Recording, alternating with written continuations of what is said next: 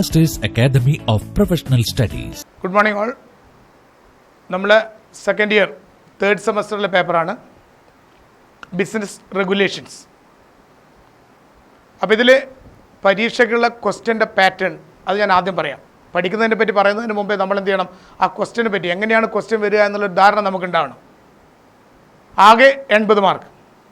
അതിൽ ഒന്നാമത്തെ part 2 മാർക്സിൻ്റെത് 15 questions. 15 questions നമുക്ക് അറ്റൻഡ് ചെയ്യാം. ഓരോന്നിനും 2 മാർക്ക് മാക്സിമം. അപ്പോൾ 15 ക്വസ്റ്റ്യനും അറ്റൻഡ് ചെയ്ത് കഴിഞ്ഞാൽ നമുക്ക് മാക്സിമം കിട്ടുക 30 മാർക്കാണ്. പക്ഷേ ഇതിനൊരു സീലിംഗ് ഉണ്ട്.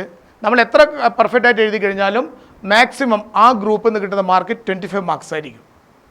30 മാർക്ക് വരെ മാക്സിമം ഉണ്ടാവാം, പക്ഷേ 30 മാർക്ക് കിട്ടുന്നതിന് 25 മാർക്സ് ആയിരിക്കും. അപ്പോൾ ഏതെങ്കിലും ഒന്നിൽ തെറ്റിപ്പോയോ അല്ലെങ്കിൽ ഏതെങ്കിലും ഒന്ന് കംപ്ലീറ്റ് ആയിട്ട് മാർക്ക് കിട്ടിയിട്ടില്ലെങ്കിൽ പോലും ഫുൾ മാർക്ക് ആ സെക്ഷനിൽ നമുക്ക് വാങ്ങാൻ പറ്റും, 25 മാർക്ക്. രണ്ടാമത്തെ സെഷൻ ഇത് 1 മാർക്ക് ക്വസ്റ്റ്യൻ എന്ന് പറയുമ്പോൾ 2 മാർക്സ് ക്വസ്റ്റ്യൻ എന്ന് പറയുമ്പോൾ അതിനധികം വലിയ കാര്യങ്ങളൊന്നും എഴുതേണ്ടതില്ല. കുറച്ച് കാര്യങ്ങൾ ഡെഫിനിഷൻസ് ആയിരിക്കും ചിലപ്പോൾ ചോദിക്കുക, അല്ലെങ്കിൽ അതിനെ പറ്റിയിട്ടുള്ള ഒരു 2-3 വരികളിലായിട്ട് സാധനം എഴുതുക. 2 മാർക്സ് ക്വസ്റ്റ്യൻസ്. ഇനിയുള്ളത് 5 മാർക്സ് ക്വസ്റ്റ്യൻ. അത് ഷോർട്ട് എസ്സേ ക്വസ്റ്റ്യൻ ആണ്. അപ്പോൾ ഒരു ക്വസ്റ്റ്യന് 5 മാർക്ക്. അങ്ങനെ 8 ക്വസ്റ്റ്യൻസ് ഉണ്ടാകും നമുക്ക്.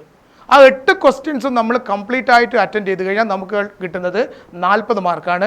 പക്ഷേ അതിനും ഒരു സീലിംഗ് ഉണ്ട്, നമുക്ക് 35 മാർക്കേ കിട്ടുള്ളൂ. അപ്പോൾ 7 എണ്ണത്തിൽ നമുക്ക് ഫുൾ മാർക്ക് കിട്ടിക്കഴിഞ്ഞാൽ 35 മാർക്ക് കിട്ടും. 8 എണ്ണം ഒരുവിധം കുഴപ്പമില്ലാതെ എഴുതി കഴിഞ്ഞാൽ നമുക്ക് 35 മാർക്ക് വരെ കിട്ടാം. ആ സെഷന് ഫുൾ മാർക്ക് കിട്ടണമെങ്കിൽ നമുക്ക് എന്ത് മതി, ഈ 8 ക്വസ്റ്റ്യൻസും അറ്റൻഡ് ചെയ്യാം. അത് കുഴപ്പമില്ലാത്ത രീതിയിൽ അറ്റൻഡ് ചെയ്ത് കഴിഞ്ഞാൽ നമുക്ക് അതിന് ഫുൾ മാർക്ക് കിട്ടും. പിന്നെ മൂന്നാമത്തെ സെഷൻ എസ് എ ക്വസ്റ്റ്യൻ ആണ്. അതിൽ 10 മാർക്കാണ് ഒരു എസ് എക്ക്. അങ്ങനെ 4 ക്വസ്റ്റ്യൻസ് ഉണ്ടാവും. പക്ഷേ അതിൽ നിന്ന് 2 എണ്ണം മാത്രമേ നമുക്ക് അറ്റൻഡ് ചെയ്യാൻ പറ്റുള്ളൂ. അപ്പോൾ 2 എണ്ണം അറ്റൻഡ് ചെയ്ത് കഴിഞ്ഞാൽ നമുക്ക് 20 മാർക്ക്. അങ്ങനെ ടോട്ടൽ 80 മാർക്ക്. 80 മാർക്കിൽ നമുക്ക് പാസ്സാവാനുള്ള മാർക്ക് ഉണ്ടാവണം. അപ്പം സെക്കൻഡ് ബി കോമിൽ താരതമ്യേന പ്രയാസമുള്ള പേപ്പറുകളിൽ ഒന്നാണ് ലോ എന്ന് പറയുന്നത്. പക്ഷേ വളരെ രസകരമായിട്ട് നമ്മൾ പഠിച്ചു കഴിഞ്ഞാൽ നമ്മുടെ ചുറ്റുപാടുകളിലെ കാര്യങ്ങളെ പറ്റിയും എല്ലാം വ്യക്തമായിട്ട് നടക്കുന്ന കാര്യങ്ങൾ എല്ലാം മനസ്സിലിരുത്തിക്കൊണ്ട് പഠിച്ചു കഴിഞ്ഞാൽ നമുക്ക് ലോ വളരെ നന്നായിട്ട് കൊണ്ടുപോകാൻ പറ്റും.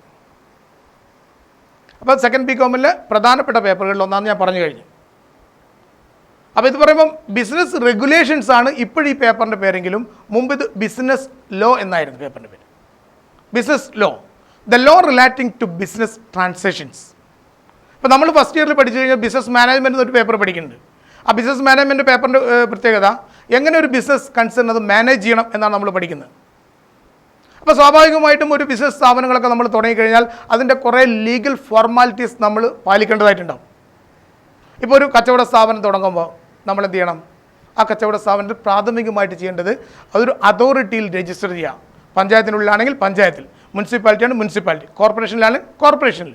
ഈ കോർപ്പറേഷനിൽ സ്ഥാപനം രജിസ്റ്റർ ചെയ്യണം. അപ്പോൾ നമ്മൾ ചിലർക്ക് എന്ത് വെച്ചാൽ കുറേ കച്ചവട ഒരു സ്ഥാപനം തുടങ്ങുമ്പോൾ കുറേ സാധനങ്ങളൊക്കെ വാങ്ങിക്കൊണ്ട് വെച്ചു, കുറേ കച്ചവടമൊക്കെ നടത്തി. അപ്പോൾ ഒരു അതോറിറ്റി വരും, വന്നിട്ട് ലൈസൻസ് എവിടെയെന്ന് ചോദിച്ചു കഴിഞ്ഞാൽ നമുക്കറിയില്ലായിരുന്നു, ഇങ്ങനൊരു കാര്യം ഉണ്ടായിരുന്നു എനിക്കറിയില്ലായിരുന്നു പറഞ്ഞു കഴിഞ്ഞാൽ കാര്യമില്ല, അവരതിന് ഫൈൻ ഇടും. എന്തുകൊണ്ടാണ് ഫൈൻ ഇടുന്നത്? നമ്മളത് അറിഞ്ഞിരിക്കണം, അറിയാനുള്ള ലാബിലിറ്റി നമുക്കുണ്ട്. അപ്പോൾ പിന്നീട് എന്ത് വെച്ചാൽ ഒരു വർഷമൊക്കെ കഴിയുമ്പം നമ്മൾ അടുത്ത അതോറിറ്റി വരും, ഇൻകം ടാക്സ് അതോറിറ്റി. ഈ കച്ചവട സ്ഥാപനത്തിൻ്റെ കണക്കുകൾ നിങ്ങൾ കാണിച്ചിട്ടില്ലല്ലോ, ഈ കാര്യങ്ങളൊക്കെ ഉണ്ട്. അപ്പോൾ ഇൻകം ടാക്സ് അതോറിറ്റി വരുമ്പോൾ അതും എനിക്ക് അറിയില്ലായിരുന്നു, ഇങ്ങനെയൊക്കെ ഉണ്ടോ എന്ന് പറഞ്ഞിട്ട് നമുക്ക് എന്ത് ചെയ്യാം, ഇതിൽ നിന്ന് നമുക്ക് കുറ്റവിമുക്തനാക്കപ്പെടുന്നില്ല. അപ്പോൾ ഇതൊക്കെ നമുക്ക് അറിയണം. ഇന്ത്യയിലെ ഒരു വ്യക്തി ഇന്ത്യയിൽ എന്ത് കാര്യം ചെയ്യുമ്പോൾ അത് അറിയില്ലായിരുന്നു, അത് അങ്ങനെ ഒരു നിയമം ഉണ്ടായിരുന്നു ഉള്ള എനിക്കറിയില്ലായിരുന്നു എന്ന് പറഞ്ഞാൽ നിയമത്തിൻ്റെ മുമ്പിൽ നിന്ന് നമുക്ക് എന്ത് ചെയ്യാൻ പറ്റുന്നില്ല, ഇളവുകൾ ലഭിക്കുന്നില്ല. അപ്പോൾ ഇവിടെ നമ്മൾ അറിഞ്ഞിരിക്കണം. അതുകൊണ്ട് തന്നെയാണ് ബി കോമിന് നിങ്ങൾ ബിസിനസ് മാനേജ്മെൻറ്റ് ആദ്യം പഠിച്ചു. രണ്ടാമത്തെ കൊല്ലം നിങ്ങൾ പഠിക്കുന്ന പേപ്പറുകളിലൊന്നാണ് business laws, the laws relating to business transactions. ഏതൊരു സ്ഥാപനത്തിനും. അപ്പോൾ ബിസിനസ് ട്രാൻസാക്ഷൻസ് എന്ന് പറയുന്നത് ബിസിനസ് സ്ഥാപനങ്ങൾ എന്ന് പറഞ്ഞാൽ ഒന്നുകിൽ പ്രൊപ്പറേറ്റർഷിപ്പ് ആവാം, അല്ലെങ്കിൽ പാർട്ട്ണർഷിപ്പ് ആവാം, അല്ലെങ്കിൽ ഒരു കമ്പനി ആവാം. ഈ 3 രീതിയിൽ ഏതും ആവാം. എന്തിലാണെങ്കിലും അതിനൊത്തിട്ടുള്ള എല്ലാവിധ ട്രാൻസാക്ഷൻസിനും എല്ലാ ഫേംസിനും അതിൻ്റെതായുള്ള നിയമങ്ങളുണ്ട്. അപ്പോൾ അതിലാദ്യം ലോ പഠിക്കുന്നതിന് മുമ്പേ വാട്ട് ഈസ് ലോ, എന്താണ് ലോ എന്ന് നമ്മൾ മനസ്സിലാക്കിയിരിക്കണം. അപ്പോൾ ഞാൻ നിങ്ങളോട് ചോദിക്കുന്നത് വാട്ട് ഈസ് ലോ. ലോ വളരെ സിമ്പിളാണ്. ഇപ്പോൾ നമ്മളിപ്പം എന്ത് ചെയ്യാം, രാവിലെ കോളേജിലേക്ക് വരുന്നു, ഇവിടെ ലോ ഉണ്ട്, രാവിലെ 9:30 മുമ്പേ എത്തിയിരിക്കണം. That's A law. അപ്പോൾ 9:30 ശേഷം വരുന്ന ആളെ നമ്മൾ എന്ത് ചെയ്യുക, ഇങ്ങോട്ട് അഡ്മിറ്റ് ചെയ്യുന്നില്ല. എന്തുകൊണ്ടാണ്? നമ്മളൊരു ബേസ് ലൈൻ വെച്ചിരിക്കുന്നു. 9:30 നിങ്ങളുടെ ക്ലാസ് ടൈം. അതൊരു ലോ ആണ്, ഒരു റൂളാണ്. അപ്പം അങ്ങനെ ഉണ്ടാകുമ്പം എല്ലാ കാര്യങ്ങളിലും നമ്മൾ അറിയാതെ കുറേ നിയമങ്ങൾ പാലിക്കപ്പെടുന്നുണ്ട്. അപ്പോൾ ലോ എന്ന് പറയുന്നത് നമ്മുടെ നിത്യജീവിതത്തിൽ നമുക്ക് ഒഴിവാക്കാൻ പറ്റാത്ത എല്ലാ കാര്യങ്ങളിലും നമ്മൾ അറിയാതെ അനുശാസിച്ചുകൊണ്ടിരിക്കുന്ന, നമ്മൾ അറിയാതെ നമ്മുടെ ജീവിതത്തിൽ പ്രാവർത്തികമായിക്കൊണ്ടിരിക്കുന്ന കുറേ കാര്യങ്ങൾ, അതൊക്കെ ലോസാണ്. അപ്പോൾ നമ്മൾ ഏതൊക്കെ ലോസ് നമുക്കറിയാം? രാവിലെ പത്രം വായിച്ചു കഴിഞ്ഞാൽ നമുക്കതിൽ കാണുന്ന കുറേ ക്രിമിനൽ ആക്ടിവിറ്റീസിനെ പറ്റി ഉണ്ടാവും. കൊലപാതകം, അടിപിടി, മാനഭംഗം, പീഡനം, ഇതൊക്കെ എന്ത് ചെയ്യാം, പത്രങ്ങളിൽ നമ്മൾ കാണുന്നുണ്ട്. അപ്പോൾ അതിലൊക്കെ നമ്മളൊരു കാര്യം അടിയിൽ വായിച്ചു കഴിഞ്ഞാൽ പ്രതിക്കെതിരെ സെക്ഷൻ 302 വകുപ്പ് പ്രകാരം കേസെടുത്തു. അതൊരു വകുപ്പാണ്. ഈ പ്രതി ചെയ്ത കുറ്റകൃത്യത്തിന് ഉൾപ്പെടുന്ന വകുപ്പാണ്. അപ്പോൾ നമ്മൾ ഏതൊക്കെ രീതിയിലുള്ള നിയമങ്ങളുണ്ടോ അതിനെപ്പറ്റിയൊക്കെ നമുക്ക് ജസ്റ്റ് ഒരു ഇൻട്രൊഡക്ഷനായിട്ട് പോകാം. നമുക്കെല്ലാവർക്കും അറിയാവുന്ന ഒരു നിയമമാണ് Indian penal code, IPC, Indian penal code. ഏതൊരു സാധാരണക്കാരനറിയാം. IPCയിൽ ഏകദേശം 540ഓളം സെക്ഷൻസിലായിട്ട് കുറ്റകൃത്യങ്ങളെ ക്രമീകരിച്ചിരിക്കുന്നു. പക്ഷെ നമ്മൾ ചോദിക്കും, ഇത്ര 540 കുറ്റകൃത്യങ്ങളോ? അപ്പോൾ നമുക്കറിയാവുന്ന ക്രിമിനൽ കുറ്റങ്ങൾ എന്താ? അടിക്കുക, ഇടിക്കുക, കുത്തുക, മാന്തുക, ചവിട്ടുക, പിന്നെ ഒരാളെ മേൽ തുപ്പുക, അയാൾ അപകീർത്തിപ്പെടുത്തുക, അയാൾ അപകീർത്തിപ്പെടുന്ന രീതിയിൽ സംസാരിക്കുക, കൂട്ടമായിട്ട് ആക്രമിക്കുക, ഈ കാര്യങ്ങളൊക്കെയാണ് നമ്മൾ അറിയാവുന്നത്. പിന്നെ മോഷണം, കക്കുക, ഇതൊക്കെ നമുക്കറിയാവുന്ന കുറ്റകൃത്യങ്ങൾ. പക്ഷേ കുറ്റകൃത്യങ്ങൾ ഇത്ര തന്നെ ഉള്ളൂ. പക്ഷേ എന്ത് ചെയ്യാം, ഈ കുറ്റകൃത്യങ്ങൾ ചെയ്യുന്ന സാഹചര്യവും ചെയ്യുന്ന വ്യക്തിയെയും അടിസ്ഥാനമാക്കി ഓരോന്നും എന്ത് ചെയ്യാം, ക്രമീകരിച്ചിരിക്കുന്നുണ്ട്. ഓരോന്നിൻ്റെ രീതിയിലുള്ള പണിഷ്മെൻറ്റ്സ് ഉണ്ട്. അപ്പോൾ ഒരു കുറ്റമുണ്ടെങ്കിൽ ആ കുറ്റത്തിനുള്ള എന്ത് ചെയ്യാം, ഒരു പണിഷ്മെൻറ്റ് ഉണ്ടാവും. അപ്പോൾ 540 സെക്ഷൻസിലായിട്ട് എന്ത് ചെയ്യാം, ഈ ഇന്ത്യൻ പീനൽ കോഡ് ക്രമീകരിച്ചിരിക്കും, കുറ്റകൃത്യങ്ങളെ വർഗീകരിച്ചിരിക്കുന്നു. ഇതിൽ പെടാത്തതായിട്ടുള്ള ഒരു കുറ്റകൃത്യം ഉണ്ടാവില്ല. നമ്മൾ ഏത് കുറ്റകൃത്യം നോക്കിക്കഴിഞ്ഞാലും അത് ഈ സെക്ഷനിൽ ഉൾപ്പെട്ടിരിക്കും. അപ്പം നമ്മൾ ഏറ്റവും കൂടുതൽ അറിയുന്ന ഒരു നിയമമാണ് ഇന്ത്യൻ പീനൽ കോഡ്, ഇന്ത്യൻ ശിക്ഷാ നിയമം. രണ്ടാമത് civil procedure code, CPC. CPC എന്ന് പറഞ്ഞാൽ എന്താ? Civil procedure code. നമ്മളുടെ സ്ഥലം, സ്ഥാവര ജംഗമ വസ്തുക്കൾ, നമ്മളുടെ പേഴ്സൺ, നമ്മുടെ ബോഡി, ഇതിനെ ബാധിക്കുന്നത്. അതേപോലെ തന്നെ നമ്മളുടെ അസറ്റ്സ്, സ്ഥലം, വീട്, വാഹനങ്ങൾ, ഇതിനൊക്കെ ബാധിക്കുന്നത്. ഇതിങ്ങനെയൊക്കെ നമ്മളുടെ സൽപ്പേര്, അതിനൊക്കെ ബാധിക്കുന്ന കാര്യങ്ങൾ, നമ്മളുടെ സ്വത്തുകൾ, അതിനൊക്കെ ഉണ്ടാക്കുന്ന നിയമം, അതിനൊക്കെ അനുശാസിക്കുന്ന നിയമമാണ് സിവിൽ പ്രൊസീജിയർ കോഡ്, CPC.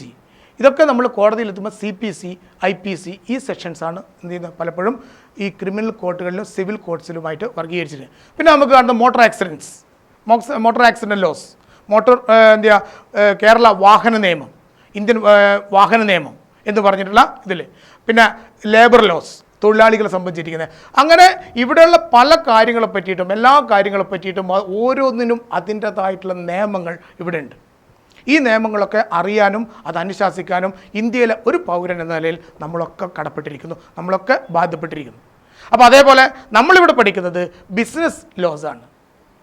ഒരു സ്ഥാപനം നമ്മൾ നാളെ തുടങ്ങുമ്പോൾ അതിന് നമ്മൾ എന്തൊക്കെ രീതിയിലുള്ള നിയമം പാലിക്കാൻ, അറിഞ്ഞിരിക്കേണ്ട നിയമങ്ങൾ, ആ നിയമങ്ങളെ പറ്റിയാണ് കുറച്ച് കാര്യങ്ങൾ ഇന്ത്യൻ കോൺട്രാക്റ്റ് ആക്ട് എന്നുള്ളതിൽ പഠിക്കുന്നത്.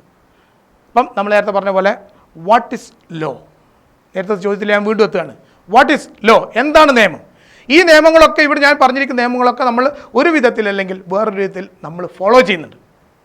പക്ഷേ അപ്പോൾ നമ്മൾ എന്ത് ചെയ്യണം, എന്താണ് നിയമം എന്നറിഞ്ഞിരിക്കണം. എന്താണ് നിയമം? ഇതിലൊരു ഡെഫിനിഷൻ പറയുന്നത്, law is a set of rules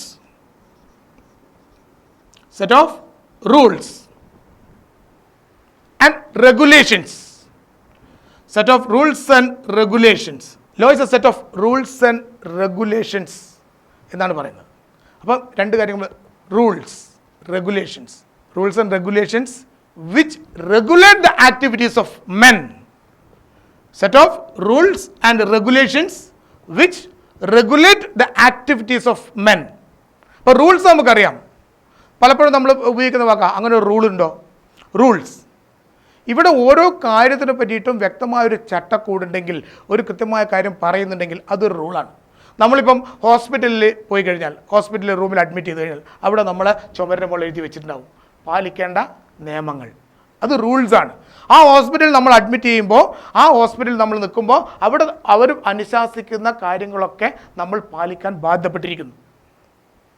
രണ്ടാമത്തെ, നമ്മളിപ്പോൾ ഇവിടെ കോളേജിലേക്ക് വരുമ്പോൾ ഇവിടെ നമ്മൾ പാലിക്കേണ്ട കുറച്ച് നിയമങ്ങളുണ്ടാവും, കുറച്ച് റൂൾസ്.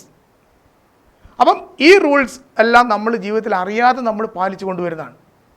പണ്ടേ നമ്മളോട് ചെറുപ്പത്തിൽ പറയും, എന്ത് ചെയ്യാം, നല്ലതേ ചെയ്യാവൂ, തെറ്റ് ചെയ്യരുത്, നല്ലത്, തെറ്റ്, തിന്മ, നന്മ എന്നൊക്കെ പറ്റി നമ്മൾ പറയുന്നുണ്ട്. ഇതൊക്കെ നമ്മളോട് അമ്മമാരും വീട്ടിലെ മുതിർന്ന ആൾക്കാരൊക്കെ നമ്മളോട് പറഞ്ഞു തരുന്നതാണ്. എന്താണ് നല്ലത്? കുട്ടിയായിരിക്കുമ്പോൾ നമ്മളോട് പറയുമ്പോൾ പിന്നെ നമ്മൾ ആരെങ്കിലും എന്ത് ചീത്ത വിളിക്കുകയോ അല്ലെങ്കിൽ മോശമായിട്ട് വരുമ്പോൾ അത് തുടരുത്, അത് ചെയ്യരുത്, അങ്ങനെ ചെയ്യരുതൊക്കെ പറഞ്ഞിട്ട് നമ്മളെ ശീലിപ്പിച്ചിട്ടുണ്ട്. നമ്മൾ ശീലത്തിൻ്റെ ഭാഗമാക്കിയിട്ട് മുതിർന്നവരാക്കി തന്നിരിക്കുന്ന കാര്യങ്ങളാണ് നമുക്ക് എന്ത് ചെയ്യുന്നത്, നമ്മൾ പലപ്പോഴും നമ്മൾ അനുശാസിക്കുന്ന ചട്ടങ്ങളായിട്ട് മാറുന്നത്. അത് നമ്മൾ വേറൊരാളോട് പറയും അങ്ങനെ ചെയ്താൽ തെറ്റാണ് എന്ന് പറയുമ്പോൾ എന്താ, നമ്മളത് ഉൾക്കൊണ്ടു, എന്നിട്ട് മറ്റൊരാളെ നമ്മൾ തിരുത്തുകയാണ്, അത് തെറ്റാണ്. ഈ തെറ്റ് എന്നുള്ള ബോധം നമ്മൾ ഉണ്ടാക്കാൻ വേണ്ടിയിട്ട് നമ്മൾക്ക് എന്തൊക്കെയാണോ പറഞ്ഞു തന്നിരിക്കുന്നത് അതൊക്കെ നമ്മുടെ ശീലങ്ങളുടെ ഭാഗമാണ്. അതെല്ലാം ജീവിതത്തിൽ നമ്മൾ പാലിക്കേണ്ട ചട്ടങ്ങളാണ്. അപ്പം അതേപോലെ ഒരു വ്യക്തി എന്ന നിലയിൽ നമ്മളിവിടെ ചെയ്യുമ്പോൾ, നമ്മൾ ഒരു എന്ത് കാര്യം ചെയ്യുമ്പോഴും നമ്മൾ അനുശാസിക്കേണ്ട കുറേ ചട്ടങ്ങളെയാണ് നമ്മൾ എന്ത് പറയുന്നത്, റൂൾസ്. രണ്ടാമത്തേത് റൂൾസിൻ്റെ കൂടെ തന്നെ പറയുന്നു. അപ്പോൾ റെഗുലേഷൻസ് എന്താ? റൂൾസ് നമുക്ക് മനസ്സിലായി, റെഗുലേഷൻസ് എന്താ? ഈ റൂൾസിൽ കാലാകാലമായിട്ട് ഓരോ കാലഘട്ടത്തിനനുസരിച്ച് ഉണ്ടാക്കുന്ന ഭേദഗതികളെയാണ് നമ്മളെന്ത് പറയുന്നത്, റെഗുലേഷൻസ് എന്ന് പറയുന്നത്. പണ്ടൊക്കെ ആണെങ്കിൽ വോട്ടിംഗ് റൈറ്റ് 25 വയസ്സായിരുന്നു. ഒരു പൗരന് ഇന്ത്യ രാജ്യത്ത് വോട്ട് ചെയ്യാനുള്ള പ്രായത്തിൻ്റെ പരിധി 25 വയസ്സ് കഴിഞ്ഞിരിക്കുന്നു. പിന്നീട് കഴിഞ്ഞപ്പോൾ എന്ത് ചെയ്തു, അത് 21 വയസ്സാക്കി മാറ്റിക്കൊണ്ടുവന്നു. അപ്പോൾ 25 വയസ്സ് എന്ന് പറയുന്നത് അതിന് പ്രസക്തിയില്ലല്ലോ, 21 വയസ്സല്ലേ. അപ്പോൾ 25 വയസ്സ് എന്നുള്ള അതിന് പ്രസക്തിയില്ല, 21 വയസ്സായി. പിന്നീട് കുറച്ച് കാലം കഴിഞ്ഞപ്പോൾ അത് മാറ്റി വന്നു, അത് 18 വയസ്സാക്കി. ഇപ്പം നിലവിലുള്ള നിയമപ്രകാരം 18 വയസ്സാണ്. 18 വയസ്സിൽ ഒരാൾക്ക് നല്ലതും ചീത്തയൊക്കെ തിരിച്ചറിയാൻ കഴിവുണ്ടാവും എന്നാണ് അധികാരികളുടെ വിശ്വാസം. അത് പ്രകാരം 18ാമത്തെ വയസ്സിൽ വോട്ട് ചെയ്യാനുള്ള അവകാശം കൊടുത്തു. നമുക്കുണ്ടോ ഇല്ലയോ എന്ന് നമ്മൾ ചെക്ക് ചെയ്യേണ്ട കാര്യം, പക്വത എത്തിയോന്ന്. അപ്പോൾ ഇതൊക്കെ തിരിച്ചറിവ് വലിയൊരു ഘടകമാണ്. തിരിച്ചറിയാനുള്ള നല്ലതും ചീത്തയും കാര്യങ്ങൾ, സമൂഹത്തിൽ നടക്കുന്ന കാര്യങ്ങൾ, അത് ബോധവാന്മാരാണ് 18 വയസ്സ് കഴിഞ്ഞാൽ ഒരു കുട്ടി. അപ്പോൾ 18 വയസ്സ് ഒരു കുട്ടി മേജർ ആവാനുള്ള ഏജാണ് 18 വയസ്സ്. അപ്പോൾ 18 വയസ്സ് കഴിഞ്ഞിരിക്കുന്ന എല്ലാവർക്കും ഇപ്പം വോട്ടിംഗ് റൈറ്റ് ഉണ്ട്. അപ്പോൾ ഈ 18 വയസ്സുണ്ടാകുമ്പോൾ നമുക്ക് വർഷങ്ങൾക്ക് മുമ്പേ അത് 25 ആയിരുന്നു. അപ്പോൾ 25 എന്നുള്ളതാണ് ഭേദഗതി വരുത്തി 2 ഘട്ടങ്ങളിലായിട്ട് 18ആയി മാറിയിരിക്കുന്നത്. അപ്പം റൂൾ എന്ന് പറയുന്നത് നേരത്തെ അതുള്ളത് അങ്ങനെ തന്നെ നിൽക്കുകയാണെങ്കിൽ ഇപ്പോഴും 25 വയസ്സാകുമായിരുന്നു. ഇതിലുള്ള ഭേദഗതികളാണ് നമ്മൾ എന്ത് പറയുന്നത്, 18 വയസ്സായിട്ട് മാറ്റിയിരിക്കുന്നത്. അപ്പോൾ ഇപ്പം പ്രസക്തമായ ലോ പ്രകാരം, ഇപ്പം നിലവിലുള്ള ലോ പ്രകാരം 18 വയസ്സ് കഴിഞ്ഞ ഒരാൾക്ക് വോട്ട് ചെയ്യാം. ആ നിയമമാണ് എന്ത് പറയുന്നത്, റെഗുലേഷനായിട്ട് വന്നിരിക്കുന്നത്. അപ്പോൾ ഈ റെഗുലേഷൻ വരുമ്പോൾ അത് എക്സിസ്റ്റിംഗ് ആയിട്ടുള്ള ഈ പഴയ നിയമത്തിന് എന്ത് ചെയ്യില്ല, പ്രസക്തി ഉണ്ടാവില്ല. അത് മാറിയിട്ട് അതിൻ്റെ സ്ഥാനത്ത് 18 എന്നുള്ള ഇത് വരുന്നു. അതാണ് റെഗുലേഷൻസ്. ഈ റെഗുലേഷൻസ് പല കാര്യങ്ങളിലും വരും. ഇപ്പോൾ വാഹനങ്ങളുടെ, നമ്മളൊക്കെ വണ്ടി ഓടിക്കുന്ന ആൾക്കാരാണ്. വണ്ടി ഓടിക്കുമ്പോൾ ഫൈൻ മുമ്പൊക്കെ എന്തായിരുന്നു, 50 രൂപ ഫൈൻ. ട്രാഫിക് വയലേഷൻസ് ഉണ്ടാക്കി കഴിഞ്ഞാൽ 50 രൂപ ഫൈൻ. 50 രൂപ എന്ന് പറയുന്നത് പണ്ട് 50 രൂപ വലിയൊരു സംഖ്യയായിരുന്നു. പിന്നീട് എന്തായി, മാറി വന്നു 50 രൂപ. ഇപ്പോൾ നമ്മളെന്താ, ട്രാഫിക് പോയിന്റിൽ വണ്ടി നിർത്തുമ്പോൾ 1 വേ ആണെങ്കിൽ അപ്പുറത്തോട്ടും ഇപ്പുറത്തോട്ടും നോക്കും, പോലീസുകാരനുണ്ടോ, ഇല്ല നേരെ പോകും. ഒരു കൊല്ലം മുമ്പുള്ള സ്ഥിതി അതായിരുന്നു, നേരെ പോകും. പിടിച്ചാലെന്താ 50 രൂപയല്ലേ. ഈ 50 എന്നുള്ള വില എന്തായി മാറി, കാലഘട്ടത്തിനനുസരിച്ച് കുറഞ്ഞു വന്നു. ഇപ്പോഴത് 500 രൂപയായി കഴിഞ്ഞപ്പോൾ നമ്മളൊരു വേണ്ട, പോലീസുകാർ പിടിച്ചു കഴിഞ്ഞാൽ 500 രൂപയാണ്. അപ്പോൾ 50 രൂപയും 500 രൂപയും തമ്മിലുള്ള വ്യത്യാസം. അപ്പോൾ ഈ നിയമങ്ങൾ നമ്മൾ പാലിക്കപ്പെടാൻ വേണ്ടിയിട്ട്, അത് നമ്മൾ നിയന്ത്രിക്കപ്പെടുന്ന ഒരു സംവിധാനമായി മാറാൻ വേണ്ടിയിട്ടാണ് കാലാനുസൃതമായിട്ട് അതിൻ്റെ ഇതിലൊക്കെ മാറ്റം വരുന്നത്. നമ്മുടെ ഫൈൻ എമൗണ്ടിലൊക്കെ മാറ്റം വരുത്തിയിട്ടുണ്ടെങ്കിൽ പഴയ എമൗണ്ട് തന്നെയാണെങ്കിൽ നമ്മളത് പാലിക്കില്ല, നമ്മളത് ധിക്കരിക്കാനുള്ള പ്രവണത ഉണ്ടാവും. അപ്പോൾ അതുകൊണ്ട് എല്ലാ നിയമങ്ങളിലും കാലഘട്ടത്തിനനുസരിച്ച് റെഗുലേഷൻസ് നിർബന്ധമായിട്ടും ഉണ്ടായിരിക്കണം. അപ്പോൾ ഈ റൂൾസും റെഗുലേഷൻസും, അപ്പോൾ റൂൾസും റെഗുലേഷൻസും ഉണ്ടായിക്കഴിഞ്ഞാൽ മാത്രമാവോ? എന്തിനാണ് ഈ റൂൾസും റെഗുലേഷൻസും? അപ്പോൾ which regulate the activities of men. അപ്പം മെൻ എന്ന് പറഞ്ഞുകൊണ്ട് എന്താ, ആണുങ്ങൾക്ക് മാത്രമേ ഉള്ളൂ, പെണ്ണുങ്ങൾക്കില്ല എന്ന് ധരിക്കണ്ട. Men includes men and women. അതൊരു കോമൺ ടേമാണ് മെൻ എന്നുള്ളത്. അപ്പോൾ men includes men and women. അതിൽ which regulate the activities of men. അപ്പം റെഗുലേറ്റ്, ആക്ടിവിറ്റി എന്നുള്ള വാക്ക് നമുക്കറിയാം, പക്ഷെ regulate the activities of men, ഈ റെഗുലേറ്റ് എന്നുള്ള വാക്ക് നമ്മൾ എവിടെയെങ്കിലും കേട്ടിട്ടുണ്ടോ? വീട്ടിൽ നമ്മൾ സ്ഥിരമായിട്ട് ഉപയോഗിക്കുന്ന ഫാന് സ്പീഡ് കൂട്ടാൻ വേണ്ടിയിട്ട് റെഗുലേറ്റർ, റെഗുലേഷൻ, കുറക്കണമെങ്കിൽ കുറക്കാം, കൂട്ടാം. അപ്പം മനുഷ്യൻ്റെ പ്രവർത്തനം അതൊരു ഏകോപിപ്പിക്കുകയാണ്, എല്ലാവരുടെയും ഒരുപോലെ റെഗുലേഷൻസ്, റൂൾസും റെഗുലേഷൻസും കൊണ്ടുവന്നിട്ട് regulate the activities of men. അപ്പോൾ ഇതാണ് നമ്മൾ ഒന്നാമത്തെ പാഠത്തിൽ പഠിക്കുന്നത് what is law. Law is a set of rules and regulations. അപ്പോൾ നമ്മൾ റൂൾസ് പറഞ്ഞു, അപ്പോൾ അവിടെ എന്തിനാ സെറ്റ് ഓഫ് എന്നുള്ള വാക്ക് ഉപയോഗിച്ചിരിക്കുന്നത്? ഒരു കൂട്ടം, ഇതൊക്കെ ക്രോഡീകരിച്ചുകൊണ്ട് the set of rules and regulations which regulate the activities of men. What is law എന്ന് ചോദിച്ചു കഴിഞ്ഞാൽ ഇത് 1 മാർക്കിൻ്റെ 2 മാർക്കിൻ്റെ ക്വസ്റ്റ്യൻ ആണ്. വാട്ട് ഈസ് ലോ അല്ലെങ്കിൽ what is the object of law. ഒന്നാമത്തെ പാഠത്തിൽ നമുക്ക് ഒരേ ഒരു ക്വസ്റ്റ്യൻ മാത്രം, അതാണ് എന്ത് പറയുന്നത്, വാട്ട് ഈസ് ലോ. ഇത് സ്ഥിരമായിട്ട് പരീക്ഷയ്ക്ക് മുമ്പൊക്കെ സ്ഥിരമായിട്ട് ചോദിച്ചുകൊണ്ടിരുന്നതാണ്. പുതിയ ക്വസ്റ്റ്യൻ പേപ്പറാണ് ഈ വർഷം മുതലുള്ളത്, അതിലെങ്ങനെയെന്നറിയില്ല. എന്നാലും വളരെ പ്രധാനപ്പെട്ട ലോ പഠിക്കുന്ന ഏതൊരാൾക്കും വളരെ പ്രധാനപ്പെട്ടതെന്ന് ചോദിച്ചു കഴിഞ്ഞാൽ അതിലൊരു ക്വസ്റ്റ്യൻ ആണ് വാട്ട് ഈസ് ലോ അല്ലെങ്കിൽ what is the object of law. The object of law, ഇതേ ആൻസർ ഞാൻ രണ്ടിനും. Law is a set of rules and regulations which regulate the activities of men. Men includes men and women. അപ്പോൾ ഇതാണ് ഒന്നാമത്തെ chapter. ഇപ്പോൾ നമ്മൾ ഇവിടുത്തെ ധാരാളം നിയമങ്ങളെ പറ്റി നമ്മൾ പറഞ്ഞു. നേരത്തെ പറഞ്ഞ പോലെ IPC, Indian penal code, CPC, അതോടൊപ്പം നമ്മളിപ്പോൾ പഠിക്കാൻ പോകുന്ന contract act, Indian contract act ICA, Indian contract act, business ട്രാൻസാക്ഷൻസിനെയും ഇതിനൊക്കെ പറ്റി പഠിക്കുന്ന ഇന്ത്യൻ കോൺട്രാക്ട് ആക്ട്. ഈ ഏത് നിയമങ്ങൾ എടുത്തു നോക്കിക്കഴിഞ്ഞാലും ഇതൊക്കെ ഉണ്ടാക്കിയിരിക്കുന്നത് ഇന്ത്യൻ ഭരണഘടന ഉണ്ടാകുന്നതിനും വർഷങ്ങൾക്ക് മുമ്പാണ്. ഈ നിയമങ്ങളൊക്കെ ഉണ്ടാക്കിയിരിക്കുന്നതിൻ്റെ പിന്നിൽ ഇന്ത്യക്കാരല്ലായിരുന്നു, എല്ലാം ബ്രിട്ടീഷുകാരുടെ കാലത്ത് ഉണ്ടാക്കിയ നിയമങ്ങളാണ്. അതുകൊണ്ട് തന്നെ ഇവിടുത്തെ നിയമങ്ങളിൽ ഈ IPC, Indian penal code, came into force in the year 1860. 1860 came into the force in the year 1860 Indian penal code. അപ്പോൾ നോക്കണം, ഇന്ത്യക്ക് സ്വാതന്ത്ര്യം കിട്ടുന്ന 1947 അതിൻ്റെയും ഏകദേശം 90ഓളം വർഷങ്ങൾക്ക് മുമ്പാണ് എന്ത് ചെയ്തത്, ഇന്ത്യൻ പീനൽ കോഡ് എന്ന് പറഞ്ഞിട്ട് ഇന്ത്യയിലെ ജനങ്ങൾക്ക് വേണ്ടിയിട്ട് ഇന്ത്യയിലെ കുറ്റകൃത്യങ്ങൾ ഏകോപിപ്പിച്ചുകൊണ്ട് അതിന് ഓരോന്നിനും ഓരോ ശിക്ഷാരീതികൾ. പണ്ടുകാലത്ത് ഇന്ത്യയുടെ സമ്പ്രദായം വെച്ചാൽ നാട്ടുകൂട്ടങ്ങളായിരുന്നു കാര്യങ്ങൾ ചെയ്തു. ഓരോ ഗ്രാമമുഖ്യന്മാർ, ഓരോ രാജകുടുംബങ്ങൾ, ഇവരൊക്കെ നാട് ഭരിച്ചുകൊണ്ടിരിക്കുന്നത്. അപ്പോൾ ഒരിടത്തുള്ള നിയമമല്ല മറ്റൊരിടത്ത്. അപ്പം ഈ ഒരു ഇതിലേക്ക് അപ്പോൾ പണ്ട് ഈ എന്തെങ്കിലും നമ്മളെന്ത് ചെയ്യുക, എന്തെങ്കിലും തരത്തിലുള്ള കുറ്റകൃത്യങ്ങൾ ഉണ്ടായിക്കഴിഞ്ഞാൽ അതിന് ഫൈനൽ ജഡ്ജ്മെൻറ്റ് എന്ന് പറയുന്നത് ഒന്നുകിൽ നാട്ടുകൂട്ടങ്ങൾ, നാട്ടുകൂട്ടങ്ങൾ, അല്ലെങ്കിൽ രാജാവിൻ്റെ മുമ്പിലെത്തുക, അധികാരികളുടെ മുമ്പിലെത്തുക. അധികാരി എന്നൊക്കെ പറഞ്ഞ പോസ്റ്റ് ഉണ്ടായിരുന്നു പണ്ട്. ഇവരൊക്കെയായിരുന്നു ഇവിടുത്തെ എന്ത് ചെയ്യുക, ഇതിൽ ശിക്ഷാവിധികൾ നിശ്ചയിച്ചിരുന്നത്. അപ്പം ഈ ശിക്ഷാവിധികൾ ഒരിടത്തുള്ളത് പോലെ ആയിരിക്കില്ല മറ്റൊരിടത്ത്. അങ്ങനെ ഇന്ത്യയിൽ ധാരാളം നാട്ടുരാജ്യങ്ങളായിരുന്നു ഇന്ത്യയിൽ. അപ്പോൾ ഓരോ നാട്ടുരാജ്യത്തിലും അവരുടേതായ നിയമമായിരുന്നു. അപ്പോൾ ഇതിനൊക്കെ ഒരു ഏകീകൃത സ്വഭാവത്തിലേക്ക് കൊണ്ടുവന്നത് 1860 ഡൽഹൌസി പ്രഭുവിൻ്റെ കാലത്താണ് ഇന്ത്യയിൽ ഒരു ഏകീകൃത നിയമ സംവിധാനം. അന്നത്തെ ഇവിടുത്തെ വൈസ്രോയി ആയിരുന്നു ഡൽഹൌസി.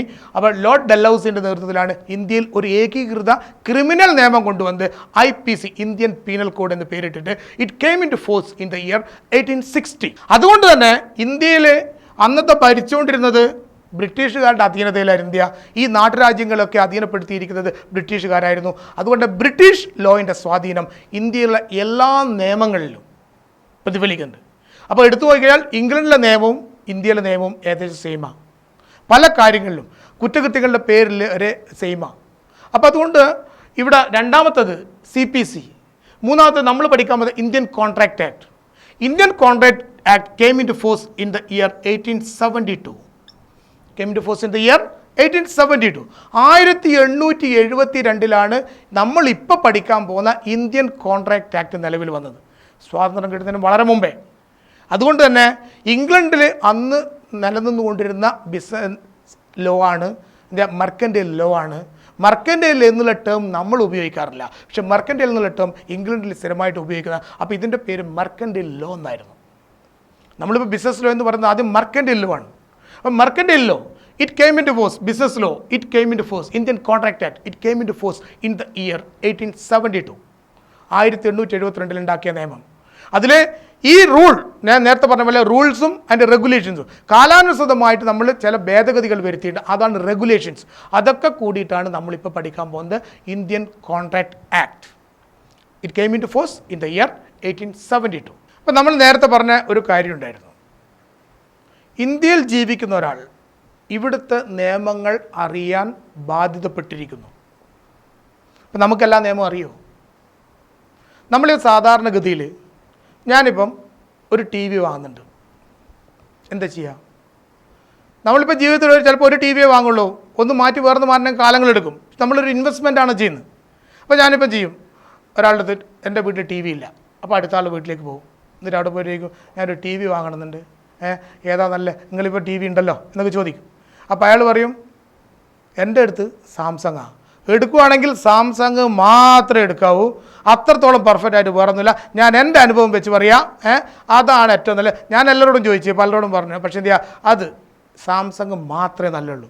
അപ്പോൾ നമ്മൾ എന്ത് ചെയ്തു, ആ വീട്ടിൽ നിന്ന് ഇറങ്ങി സാംസങ്ങിൻ്റെ ടി വി നാളെ തന്നെ വാങ്ങണം എന്നുള്ള കരുതിയിട്ട് ഇങ്ങനെ പോകുമ്പോഴാണ് വഴിക്ക് വെച്ച് നമ്മൾ സുഹൃത്തിനെ കാണുന്നത്. ഈ ഇവിടുന്ന് വരുന്നത്, ഞാനിങ്ങനെ ഇയാൾ വീട്ടിൽ വേറെ ടി വി ഉണ്ട്, ഒരു ടി വി വാങ്ങണം. അപ്പോൾ ആ ചോദിച്ചു ഏതാ എടുക്കുന്നത്? സാംസങ്. ഞാൻ സാംസങ് എടുക്കാൻ വെറുതെ പെട്ടുകൊണ്ടേ, സാംസങ് വെറും പൊട്ട ടി വി ആണ്. ഞാൻ കഴിഞ്ഞ 15 കൊല്ലമായിട്ട് ഉപയോഗിക്കുന്ന എൽ ജി എടുത്തോ, വെറുതെ തോറ്റു വേണ്ട, സാംസങ് ഡെയിലി കംപ്ലൈൻറ്റാ കാര്യമാണ്. അപ്പോൾ നമ്മൾ കൺഫ്യൂഷനിലായി, ഏതാണ് വേണമെന്ന്, സാംസങ് വേണോ എൽ ജി വേണോ? അതങ്ങനെ സംസാരിച്ചു കൊണ്ടിരിക്കുമ്പോഴേക്കും നമ്മൾ അടുത്ത് വേറെ ആളെ കാണുന്നത്. അയാൾ പറഞ്ഞു ഇത് രണ്ടും പോക്ക, ഹെയർ എടുത്തോ, അത് നല്ലതാണ്. അപ്പോൾ നമ്മൾ വീണ്ടും കൺഫ്യൂഷനായി. അപ്പോൾ നമുക്കൊരു തീരുമാനം എടുക്കാൻ പറ്റാത്തൊരു സാഹചര്യം വരും ഇക്കാര്യത്തിൽ. അപ്പോൾ നമ്മൾ യുക്തമായിട്ട് നമ്മൾ അതിനെപ്പറ്റി പഠിക്കും. അപ്പോൾ നമുക്കിതിനെപ്പറ്റി ടെക്നിക്കലി ധാരണ ഉണ്ടെങ്കിലോ, നമ്മൾ ഷോപ്പിൽ പോയിട്ട് ആദ്യം ചെയ്യുന്ന ഏതൊക്കെ ടി വി ആണുള്ളത് എന്നിട്ട് ചോദിക്കും, സാംസങ് അതിൻ്റെ കാറ്റലോഗ് ഒന്ന് വേണം. എന്നിട്ട് നമ്മൾ നോക്കും കാറ്റലോഗ്, അതിൻ്റെ എല്ലാ കാര്യങ്ങളും നോക്കും. എന്നിട്ട് വേറെ ഏതാ ടി വി ഉള്ളത്? എൽ ജിയുടെ കാറ്റലോഗ് വാങ്ങിയിട്ട് നമ്മൾ എന്ത് ചെയ്യും, അതിനെപ്പറ്റി നോക്കും. ഹെയർ അതും എടുത്ത് നോക്കും. അപ്പോൾ ഇതിൽ നിന്ന് നമുക്കിതിനെപ്പറ്റി ധാരണ ഉണ്ടെങ്കിൽ നമ്മൾ എന്ത് ചെയ്യും, ഇതിൽ എല്ലാം കമ്പയർ ചെയ്തിട്ട് കമ്പാരിസൺ നടത്തിയിട്ട് ഏതാണ് ഏറ്റവും എക്കണോമിക്കൽ, ഏതാണ് നമുക്ക് യൂസ്ഫുൾ ആവുന്നത്, അതിൻ്റെ കാര്യങ്ങൾ. പക്ഷേ ഇതൊക്കെ ചെയ്യണമെങ്കിൽ നമ്മൾ അതിൽ കാണും ഇതിൻ്റെ സൗണ്ട്സ് 20 PMPO എന്ന് പറയുന്നത്. ഈ PMPO എന്താണെന്ന് നമുക്കറിയില്ലെങ്കിൽ സ്വാഭാവികമായിട്ട് 20-40 എന്നുള്ള കൂടുതലാകുമ്പോഴാണോ നല്ലത്, കുറവാകുമ്പോഴാണോ നല്ലത് എന്നൊരു സംശയം വരില്ലേ? അത് ഒഴിവാക്കാൻ വേണ്ടിയിട്ടാണ് നമ്മൾ പറയുന്നത് ഇവിടുത്തെ കാര്യങ്ങൾ പറ്റി നമ്മൾ അറിയുന്ന ആൾക്കാരിൽ നിന്ന് മാത്രം ചോദിച്ച് മനസ്സിലാക്കുക. അറിയുന്ന ആൾക്കാരിൽ മാത്രം, അതുമായിട്ട് ബന്ധപ്പെടുന്ന ആൾക്കാർ. നമ്മളിപ്പോൾ ഒരു കുട്ടിയെ, ഒരു വീട്ടിലൊരു കുട്ടിയുണ്ട്, കുട്ടിയെ +1 ചേർക്കണം. അപ്പോൾ രക്ഷിതാവ് പറയും എനിക്ക് ഇതിനെപ്പറ്റി ഒന്നും അറിയില്ല, ഏതാ ഗ്രൂപ്പ് വേണ്ടത്? അപ്പോൾ ചിലർ പറയും സയൻസ് എടുത്തോ, ചിലർ പറയും കോമേഴ്സ് എടുത്തോ, ചിലർ ഹ്യൂമാനിറ്റീസാണ് നല്ലത്. ധാരാളം അഭിപ്രായം ഉണ്ടാവും. അപ്പോൾ നമ്മൾ ഈ അഭിപ്രായത്തിൽ ഒരു ക്രോഡീകരിക്കാൻ വേണ്ടി നമ്മൾ ആദ്യം ബന്ധപ്പെടുക അറിയുക, നാട്ടിൽ ഏതെങ്കിലും നല്ലൊരു മാഷുണ്ടെങ്കിൽ അയാളെടുത്ത് പോകും, മോനിങ്ങനെ കഴിഞ്ഞിട്ടുണ്ടായിരുന്നു, ഏതാ ഗ്രൂപ്പ് വേണ്ടത്? അപ്പോൾ ഇയാൾ സംസാരിച്ചിട്ട് പറയും ഓൻ എത്ര മാർക്കുണ്ട്, ഓൻ്റെ മാത്സിൻ്റെ മാർക്ക് എത്രയാണ്, സയൻസിൻ്റെ മാർക്ക് എത്രയാണ്, സോഷ്യൽ സ്റ്റഡീസ് എത്രയാണ്, ഇങ്ങനെ ഓരോന്നും തന്നിട്ട് പറയും സയൻസിന് ഇവന് മാർക്ക് കുറവാണ്, വെറുതെ സയൻസ് ഗ്രൂപ്പ് എടുത്തു കഴിഞ്ഞാൽ ഇവനത് കൊണ്ടുപോകാൻ പറ്റുമെന്ന് തോന്നില്ല, ഒന്നുകിൽ കൊമേഴ്സ് എടുക്കുക അല്ലെങ്കിൽ ഹ്യൂമാനിറ്റീസ്, അവൻ്റെ താല്പര്യത്തിനനുസരിച്ച്. അവിടെ അയാൾക്ക് ആധികാരികമായിട്ട് പറയാൻ പറ്റും എന്താണ് വേണ്ടത്. നമുക്കില്ലാത്ത അറിവ് അയാൾ നമ്മൾ മനസ്സിലാക്കുന്നു. ഒരു കേസിൽ നമ്മൾ പെട്ട് കഴിഞ്ഞാൽ നമ്മൾ അതിനെപ്പറ്റി ധാരണ ഇല്ലെങ്കിൽ നമ്മൾ ആദ്യം പോയി ഒരു വക്കീലിൻ്റെ പോയിട്ട് എന്താണ് ഇതിൻ്റെ കാര്യങ്ങൾ. അപ്പോൾ അയാൾ പറയും നിങ്ങൾ ചെയ്യുമ്പോൾ ശ്രദ്ധിച്ചോ, ഇതിങ്ങനെയാണ് അങ്ങനെയാണ് എന്ന് പറഞ്ഞു തരുമ്പോൾ അയാൾക്ക് അതിനെപ്പറ്റി അറിവുണ്ടാകുമ്പോൾ അയാൾ നമുക്ക് പറഞ്ഞു തരുന്നു. ഈ പറഞ്ഞു തരുന്നിട്ടുള്ള അറിവാണ്, വായിച്ച് മനസ്സിലാക്കിയിട്ടുള്ള അറിവാണ്, അനുഭവത്തിലുള്ള അറിവാണ് നമ്മൾ ഈ നിലയിലേക്ക് എത്തിച്ച് ഇപ്പോൾ ചില കാര്യങ്ങൾ തെറ്റാണ്, ചില കാര്യങ്ങൾ ശരിയാണ് എന്നുള്ള വ്യക്തമായ ബോധം നമുക്കുണ്ട്. ഈ ബോധം വന്ന എങ്ങനെയാണ്? നമ്മൾ ദിവസം പത്രം വായിച്ചിട്ടും നമ്മൾ ചുറ്റുപാടിൽ നടക്കുന്ന കാര്യങ്ങൾ, മറ്റുള്ളവരുടെ അനുഭവങ്ങൾ നമുക്ക് ഒരു മോഡലാണ്. അയാൾ മോഡലാക്കുന്നു നമുക്ക്, നിങ്ങളിങ്ങനെ ചെയ്തു കഴിഞ്ഞാൽ നിങ്ങൾക്കുള്ള പണിഷ്മെൻറ്റ് ഇതാണ്. പത്രത്തിൽ വായിക്കുന്നു നമ്മൾ കൊലപാതകം ചെയ്ത വ്യക്തിക്ക് 15 വർഷം കഠിന തടവ്. അപ്പം അയാളുടെ കൊലപാതകത്തിനെ പറ്റിയുള്ള വിവരങ്ങൾ നമുക്കുണ്ടാവും. അപ്പോൾ സ്വാഭാവികമായിട്ട് അയാളത്ത് പറയും, അയാൾ 15 വർഷം അയാളെ ശിക്ഷിക്കുമ്പോൾ നമ്മൾ ചിന്തിക്കും ആരെയും കൊല്ലൂല, ആരെയും ചെയ്യൂല. എന്തുകൊണ്ടാണ്? ചെയ്തു കഴിഞ്ഞാൽ നമുക്കും 15 കൊല്ലം ശിക്ഷയാണ്. ഇതാരും പറഞ്ഞു തന്നിട്ടല്ല, നമ്മൾ അനുഭവത്തിലൂടെ മനസ്സിലാക്കിയതാണ്. എങ്ങനെ? നമ്മൾ ഒരു കുറ്റകൃത്യം ചെയ്ത ആളുടെ അറിവ്, അയാളെ പറ്റിയിട്ടുള്ള പത്രവാർത്ത നമ്മൾ വായിച്ചപ്പം ആ അറിവ് നമ്മളുടെ ജീവിതത്തിൽ നമ്മൾ പകർത്തുന്നു. നമുക്കൊരിക്കലും തെറ്റ് സംഭവിച്ചു കഴിഞ്ഞാൽ ആ തെറ്റ് വീണ്ടും ആവർത്തിക്കില്ല. അനുഭവങ്ങളിൽ പാഠം പഠിക്കാത്തവൻ വിഡ്ഢിയാണെന്ന് പറയും. നമ്മളിപ്പോൾ രാവിലെ നടക്കാൻ പോകുമ്പോൾ വെള്ളം കെട്ടി നിന്നിട്ടുണ്ട്. ഈ നടന്നു പോകുമ്പോൾ നേരെ സ്പീഡിൽ നടന്നു, ചളിയിൽ വീണു. പിറ്റേത്തെ ദിവസം നമ്മൾ നടക്കുമ്പോൾ എന്താ ചെയ്യുക? ഒന്ന് ശ്രദ്ധിക്കും, മെല്ലെ മെല്ലെ മെല്ലെ പോയിട്ട് ശ്രദ്ധിക്കും. എന്തുകൊണ്ട്? അനുഭവങ്ങളിൽ നമുക്ക് പാഠം പഠിച്ചു. അപ്പോൾ അതേപോലെ മറ്റുള്ളവരുടെ വാക്കുകളിൽ നിന്ന്, പത്രമാധ്യമങ്ങളിൽ നിന്ന്, ബുക്കുകളിൽ നിന്ന്, പിന്നെയോ നമ്മളുടെ സ്വന്തം അനുഭവങ്ങളിൽ നിന്ന് ധാരാളം കാര്യങ്ങൾ മനസ്സിലാക്കുന്നു. അങ്ങനെ നമ്മൾ മനസ്സിലാക്കിയിരിക്കുന്ന കുറേ കാര്യങ്ങൾ, അതിന് പുറമെ നമ്മൾ മനസ്സിലാക്കേണ്ട കാര്യങ്ങളും കൂടെ നമ്മൾ പഠിക്കാൻ ശ്രമിക്കണം. അതുകൊണ്ടാണ് ലോയിൻ്റെ പുസ്തകത്തിൽ ആദ്യം എഴുതി വെച്ചൊരു വാക്കുണ്ട്, ഇഗ്നോറൻഷ്യ ജൂറിസ് നോൺ എക്സ്ക്യൂസറ്റ്. ഇഗ്നോറൻഷ്യ ജൂറിസ് നോൺ എക്സ്ക്യൂസറ്റ് ഇംഗ്ലീഷല്ല, ഇതൊരു ലാറ്റിൻ പദമാണ്. ലീഗൽ ടേം അധികം ലാറ്റിൻ ആയിരിക്കും. ലീഗൽ ടേം നിയമം വന്നിരിക്കുന്നതിൽ നിയമ പുസ്തകത്തിൽ ഉപയോഗിക്കുന്ന പല ടേംസും ലാറ്റിൻ ടേംസ് ആയിരിക്കും. ഇഗ്നോറൻഷ്യ ജൂറിസ് നോൺ എക്സ്ക്യൂസറ്റ്. ഇതിൽ നമുക്ക് അറിയാവുന്ന ഇംഗ്ലീഷിൻ്റെ വേറൊരു വകഭേദം മാത്രമല്ലോ ഇഗ്നോറൻഷ്യ, അത് പറയുന്ന ഇഗ്നോറൻസ്. ജൂറിസ് നമ്മൾ ജസ്റ്റിസ്, ജൂറിസ് എന്നുള്ളത് എടുക്കാം, ജസ്റ്റിസ് അല്ലെങ്കിൽ നിയമങ്ങൾ എന്നുള്ള രീതിയിലേക്ക് എടുക്കാം. ഇഗ്നോറൻഷ്യ ജൂറിസ്, ജുഡീഷ്യറി, നോ എന്നുള്ളത്, എക്സ്ക്യൂസ്. ഇപ്പം നമുക്ക് മനസ്സിലാവും. ഏകദേശം ആദ്യത്തെ ടേം കണ്ടു കഴിഞ്ഞപ്പോൾ നമുക്ക് മനസ്സിലായിട്ടില്ലായിരുന്നു. ഇഗ്നോറൻഷ്യ ജൂറിസ് നോൺ എക്സ്ക്യൂസറ്റ്, അതൊരു ലീഗൽ ടേം, ലാറ്റിൻ ടേം. പക്ഷെ അതിൻ്റെ ഇംഗ്ലീഷിലേക്ക് കൺവേർട്ട് ചെയ്യുമ്പോൾ നമുക്ക് ignorance of judiciary or rule, judiciary എന്നുള്ള ടേം ഉപയോഗിക്കേണ്ട, റൂൾ, ലോസ് എന്നുള്ളതിൽ, ലോ എന്നുള്ളതിൽ ignorantia juris non excusat. Ignorance of law is not an excuse. Ignorance of law is not an excuse. അപ്പോൾ നമ്മൾ എടുക്കുന്ന term ignorance of law. Ignorance of law is not an excuse. Ignorance of law is not an excuse. അപ്പോൾ ignorance എന്ന് പറഞ്ഞ അർത്ഥം എന്താ? അറിവില്ലായ്മ. എന്തിനെ പറ്റിയുള്ള? Law is not an excuse. അതൊരു എക്സ്ക്യൂസ് അല്ല. ഇപ്പോൾ നമ്മളിപ്പോൾ ഒരു കുറ്റകൃത്യം ചെയ്തു. ഞാനിപ്പോൾ റോഡിലൂടെ നടന്നു പോകുമ്പോൾ ഒരാൾക്ക് എന്താ എൻ്റെ കയ്യിൽ വെറുതെ ഒരു കയ്യിലൊരു കത്തിയും വെച്ചിട്ട് ഞാനിങ്ങനെ വീശി നടക്കുമ്പോൾ ഓപ്പോസിറ്റായിട്ട് വന്ന ആൾക്ക് ഈ കത്തി കൊണ്ട് ഒരു കുത്ത് കിട്ടി, അയാൾക്ക് മുറിഞ്ഞു, അയാൾക്ക് ശാരീരികമായിട്ടുള്ള വേദന ഉണ്ടായി, മാനസികമായിട്ടുള്ള വേദന ഉണ്ടായി. ഇതിൻ്റെ കാരണക്കാരൻ ഞാനാണ്. അപ്പോൾ ഇവിടുന്ന് എന്ത് ചെയ്യാം? ഞാനിപ്പോൾ എന്നെ പോലീസ് അറസ്റ്റ് ചെയ്യുന്നു. അപ്പോൾ ഞാൻ പറയുകയാണ്, ഞാൻ എൻ്റെ കയ്യിലൊരു കത്തിയും പിടിച്ച് ഞാനിങ്ങനെ വെറുതെ നടക്കുകയായിരുന്നു, അപ്പോൾ അയാൾക്ക് കൊണ്ടുവരും, ഞാൻ അറിയില്ലായിരുന്നു, ഇത് തെറ്റാന്ന് എനിക്കറിയില്ലായിരുന്നു, ഇത് ശിക്ഷാർഹമാണെന്ന് എനിക്കറിയില്ലായിരുന്നു. അങ്ങനെ പറഞ്ഞു കഴിഞ്ഞാൽ ഇവിടുത്തെ നിയമം നമ്മൾ എന്ത് ചെയ്യാം? ഒഴിവാക്കി തരും, ശിക്ഷയിൽ നിന്ന് ഒഴിവാക്കി തരും. അയാൾക്ക് അറിയില്ലാത്തതുകൊണ്ട് ചെയ്തതെന്ന് പറയുമോ? പക്ഷെ അയാൾക്ക് മറ്റൊരാൾക്ക് ശാരീരികമായിട്ടോ വേദന ഉണ്ടാവാനോ അല്ലെങ്കിൽ മാനസികമായിട്ടുള്ള വേദന ഉണ്ടാവാനുള്ള കാരണക്കാരൻ എൻ്റെ പ്രവൃത്തിയാണ്. അപ്പോൾ ഈ പ്രവൃത്തിയുടെ വക്താവ്, പ്രവൃത്തിയുടെ ആൾ എന്നുള്ള നിലക്ക് ഇതിന് ഞാൻ ഉത്തരവാദിത്തപ്പെട്ടിരിക്കുന്നു. I am responsible, I am liable for the pain suffering to the other person. അപ്പോൾ ഇഗ്നോറൻസ്, എനിക്കിത് അറിയില്ലായിരുന്നു എന്ന് പറഞ്ഞാൽ ഈ ശിക്ഷയിൽ നിന്ന് ഞാൻ ഒഴിവാക്കപ്പെടില്ല. അങ്ങനെയാണെങ്കിൽ ഇവിടുന്ന് എല്ലാ കുറ്റകൃത്യം ചെയ്തിട്ട് എല്ലാവർക്കും പറയാം ഇതൊക്കെ.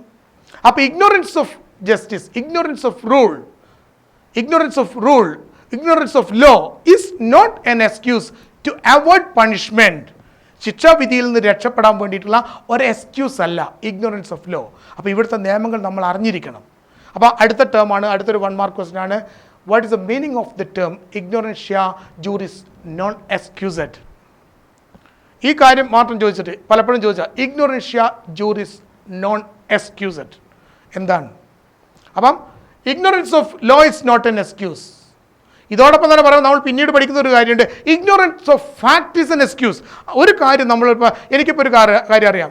ഞാനിപ്പോൾ എൻ്റെ വീട് അരൂരിൽ എന്തെങ്കിലും സംഭവം നടന്നു. അപ്പോൾ സംഭവം നടന്നു കഴിഞ്ഞാൽ എന്നോട് ഇവിടെ എത്തിക്കഴിഞ്ഞപ്പം നിഖിൽ മാഷ് ചോദിച്ചു, മാഷേ നിങ്ങളുടെ നാട്ടിൽ ഇങ്ങനെ ഒരു സംഭവം ഉണ്ടല്ലോ, ചോദിച്ചപ്പോൾ ഞാൻ പറഞ്ഞു എനിക്കറിയില്ലായിരുന്നു. അപ്പോൾ മാഷിനോട് നിങ്ങൾ എന്താ അരൂർക്കാരനാണ്? പക്ഷെ അരൂരാണ് എന്നുള്ളതുകൊണ്ട് തീർത്ത് അറിയാനുള്ള ബാധ്യത എനിക്കുണ്ടോ? ആരെങ്കിലും എൻ്റെ അറിവിലേക്ക് തന്നു കഴിഞ്ഞാൽ മാത്രമല്ലേ അറിയുള്ളൂ. പക്ഷേ ignorance of fact is an excuse. ഒരു കാര്യം നമുക്കറിയില്ല എന്ന് പറയുന്നത് നിയമത്തിൻ്റെ മുമ്പിൽ നമുക്ക് എന്ത് ചെയ്യാം? എക്സ്ക്യൂസബിൾ ആണ്. പക്ഷേ ignorance of law is not an excuse.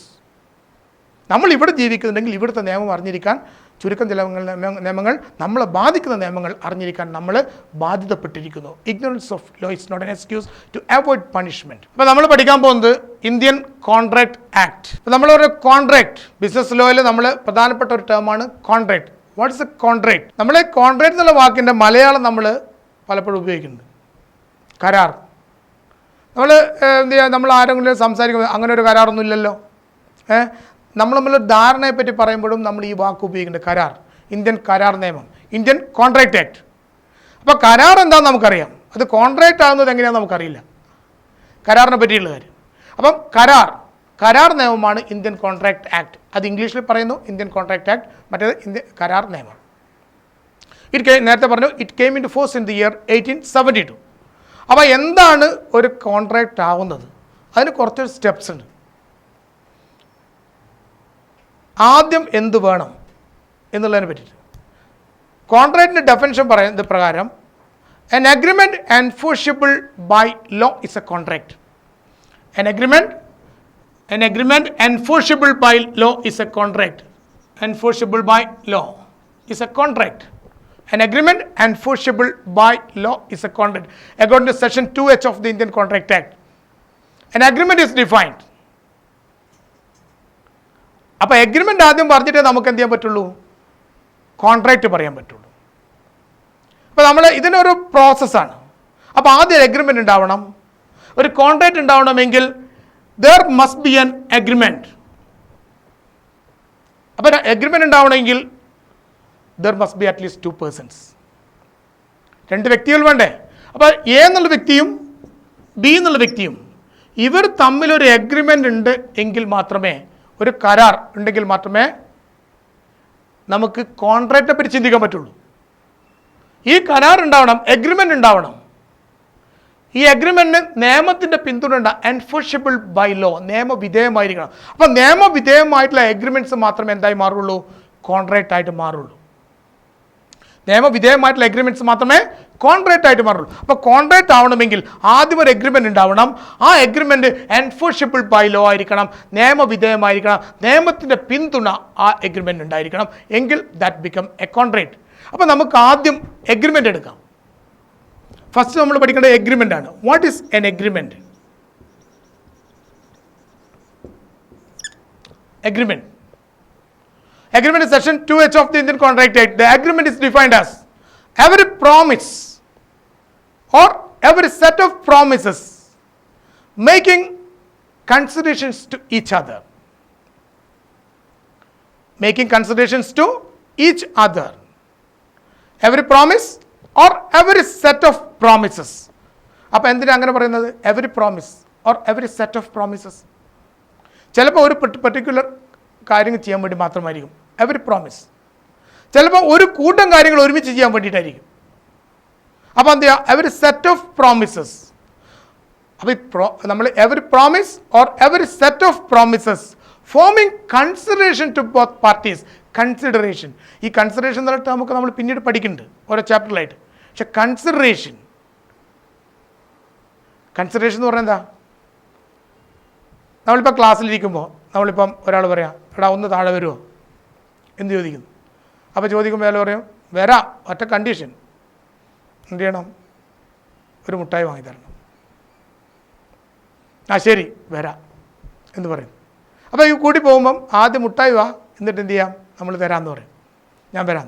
അപ്പോൾ ഒന്ന് കടയിലേക്ക് വരുമോ എന്ന് ചോദിക്കുമ്പോൾ ഞാൻ വരാം, പക്ഷെ ഒരു കണ്ടീഷൻ, അവിടെ ഒരു കണ്ടീഷൻ വെക്കുന്നുണ്ട്. ഞാൻ ഇന്നത് ചെയ്യാൻ വരാം, നിന്നോട് കൂട്ടുകൂടാം, but I will get something. എനിക്കെന്തെങ്കിലും കിട്ടണം. അപ്പോൾ എനിക്കെന്തെങ്കിലും കിട്ടുന്നില്ലെങ്കിൽ ഞാനൊരു ഉപകാരം ചെയ്യാൻ തയ്യാറില്ല. അപ്പോൾ ഈ ഉപകാരം ചെയ്തതിന് വേണ്ടിയിട്ട് അല്ലെങ്കിൽ ഇതിനോട് സഹകരിക്കുന്നതിന് വേണ്ടി എനിക്കെന്താണോ കിട്ടുന്നത് അതെൻ്റെ നേട്ടമാണ്. ആ നേട്ടത്തിന് നമ്മൾ പ്രതിഫലം എന്ന് പറയും. ഈ പ്രതിഫലത്തിൻ്റെ ഇംഗ്ലീഷ് ടേമാണ് നമ്മൾ കൺസിഡറേഷൻ എന്ന് പറയുന്നത്. അപ്പോൾ every promise or every set of promises forming consideration to both parties. 2 കൂട്ടർക്കും കിട്ടിയിരിക്കണം. Forming consideration to both parties, 2 കൂട്ടർക്കും കൺസിഡറേഷൻ കിട്ടും. ഒരാൾക്ക് മാത്രമേ കൺസിഡറേഷൻ കിട്ടുന്നുള്ളൂ എങ്കിൽ അതെന്തല്ല, അതൊരു എഗ്രിമെൻ്റ് ആയിട്ട് മാറില്ല. Every promise or every set of promises forming consideration to both parties. അപ്പോൾ 3 ടേം നമ്മളിപ്പോൾ പഠിച്ചു. Contract, agreement, promise, consideration. 4 ടേമായി. കൺസിഡറേഷൻ, പ്രതിഫലം. അപ്പോൾ ഇതെല്ലാം പരസ്പരം കണക്റ്റഡ് ആണ്. അപ്പോൾ നമ്മൾ എന്ത് ചോദിച്ചു? പ്രോമിസ് എങ്ങനെയാണ് ഉണ്ടാവുക? പ്രോമിസിൻ്റെ മലയാളം വാക്ക് എന്താ? വാഗ്ദാനം. പ്രോമിസിൻ്റെ മലയാളം വാക്ക് വാഗ്ദാനം. നമ്മളൊരു പ്രപ്പോസൽ, പ്രോമിസിന് നമുക്ക് വേറെ രീതിയിൽ പ്രപ്പോസൽ എന്ന് വിളിക്കാം. എവരി പ്രോമിസ് എന്നുള്ളതിന് വേറെ എവരി പ്രപ്പോസൽ, ഒരു നിർദ്ദേശം. അപ്പോൾ നമ്മൾ ഈ ബൃഹത്തായ കാര്യങ്ങളിലേക്ക് പോകുന്നതിന് മുമ്പേ നമുക്ക് സിമ്പിളായിട്ട് നമുക്ക് പറയാം എങ്ങനെയാണ് പ്രോമിസ് വരുന്നത്. ഇപ്പോൾ നമ്മൾ ഇപ്പോൾ പറഞ്ഞു പ്രോമിസ്, പ്രപ്പോസൽ കാര്യങ്ങളൊക്കെ പറഞ്ഞു. നമ്മളറിയാതെ നമ്മളിതൊക്കെ ചെയ്യുന്നുണ്ട്. എല്ലാ കാര്യങ്ങളും നമ്മൾ ചെയ്യുന്നുണ്ട്. നമ്മളിപ്പോൾ താഴത്തെ കടയിൽ പോയിട്ട് ഒരു പെന്ന് വാങ്ങണം. നമ്മളിത് പെന്നില്ല, പെന്ന് വാങ്ങണം. അപ്പോൾ കടക്കാരനോട് ഒരു പെൻ എടുത്തിട്ട് ചോദിച്ചു, ഇതിൻ്റെ വില എത്രയാണ്? അയാൾ പറഞ്ഞു 10 രൂപ. അപ്പോൾ നമ്മളൊരു 10 രൂപ കൊടുക്കുന്നു, അയാൾ നമുക്ക് പെന്ന് തരുന്നു. 10 രൂപ നമ്മുടെ കയ്യിലാണുള്ളത്, പെൻ അയാളുടെ കയ്യിലാണുള്ളത്. അപ്പം ഞാൻ എന്ത് ചെയ്യുക, അയാൾ എനിക്ക് തരുന്ന വാദ, if you are pay 10 rupees I will give you the pen. അതാണ്, if you pay 10 rupees I will give the pen. അയാളോട് നമ്മൾ ചോദിക്കുന്ന ഇതിൻ്റെ വില എത്രയാണെന്ന് ചോദിക്കുമ്പോൾ അയാൾ പറയുന്നു the price of the pen is 10 rupees. അയാൾ നമുക്ക് തരുന്ന വാഗ്ദാനമാണ്, I shall give the pen to you if you pay 10 rupees. 10 രൂപ തന്നിട്ടില്ല പെന്ന് തരില്ലല്ലോ, 8 രൂപ കൊടുത്താൽ പെന്ന് തരില്ലല്ലോ. അയാൾ പറയും ബാക്കി കൂടെ വരട്ടെ എന്ന് പറയും. അങ്ങനെ 10 രൂപ അയാളെടുത്ത് എത്തിക്കഴിഞ്ഞാൽ അയാൾ എന്ത് തരും, പെന്ന് നമുക്ക് തരും. ഈ 10 രൂപ എന്ന് പറയുന്നത് അയാളുടെ കൺസിഡറേഷനാണ്. അയാൾക്ക് കിട്ടുന്ന പ്രതിഫലം, പെന്ന് വിൽക്കുമ്പോൾ അയാൾക്ക് കിട്ടുന്ന പ്രതിഫലമാണ്. 10 രൂപ കൊടുക്കുമ്പോൾ നമുക്ക് കിട്ടുന്ന പ്രതിഫലം എന്താ, പെന്നാണ്. അപ്പോൾ നമ്മുടെ കയ്യിലെ 10 രൂപ അയാളുടെ കയ്യിലും അയാളുടെ കയ്യിലെ പെന്ന് നമ്മളുടെ കയ്യിലേക്കും ആവുന്നു.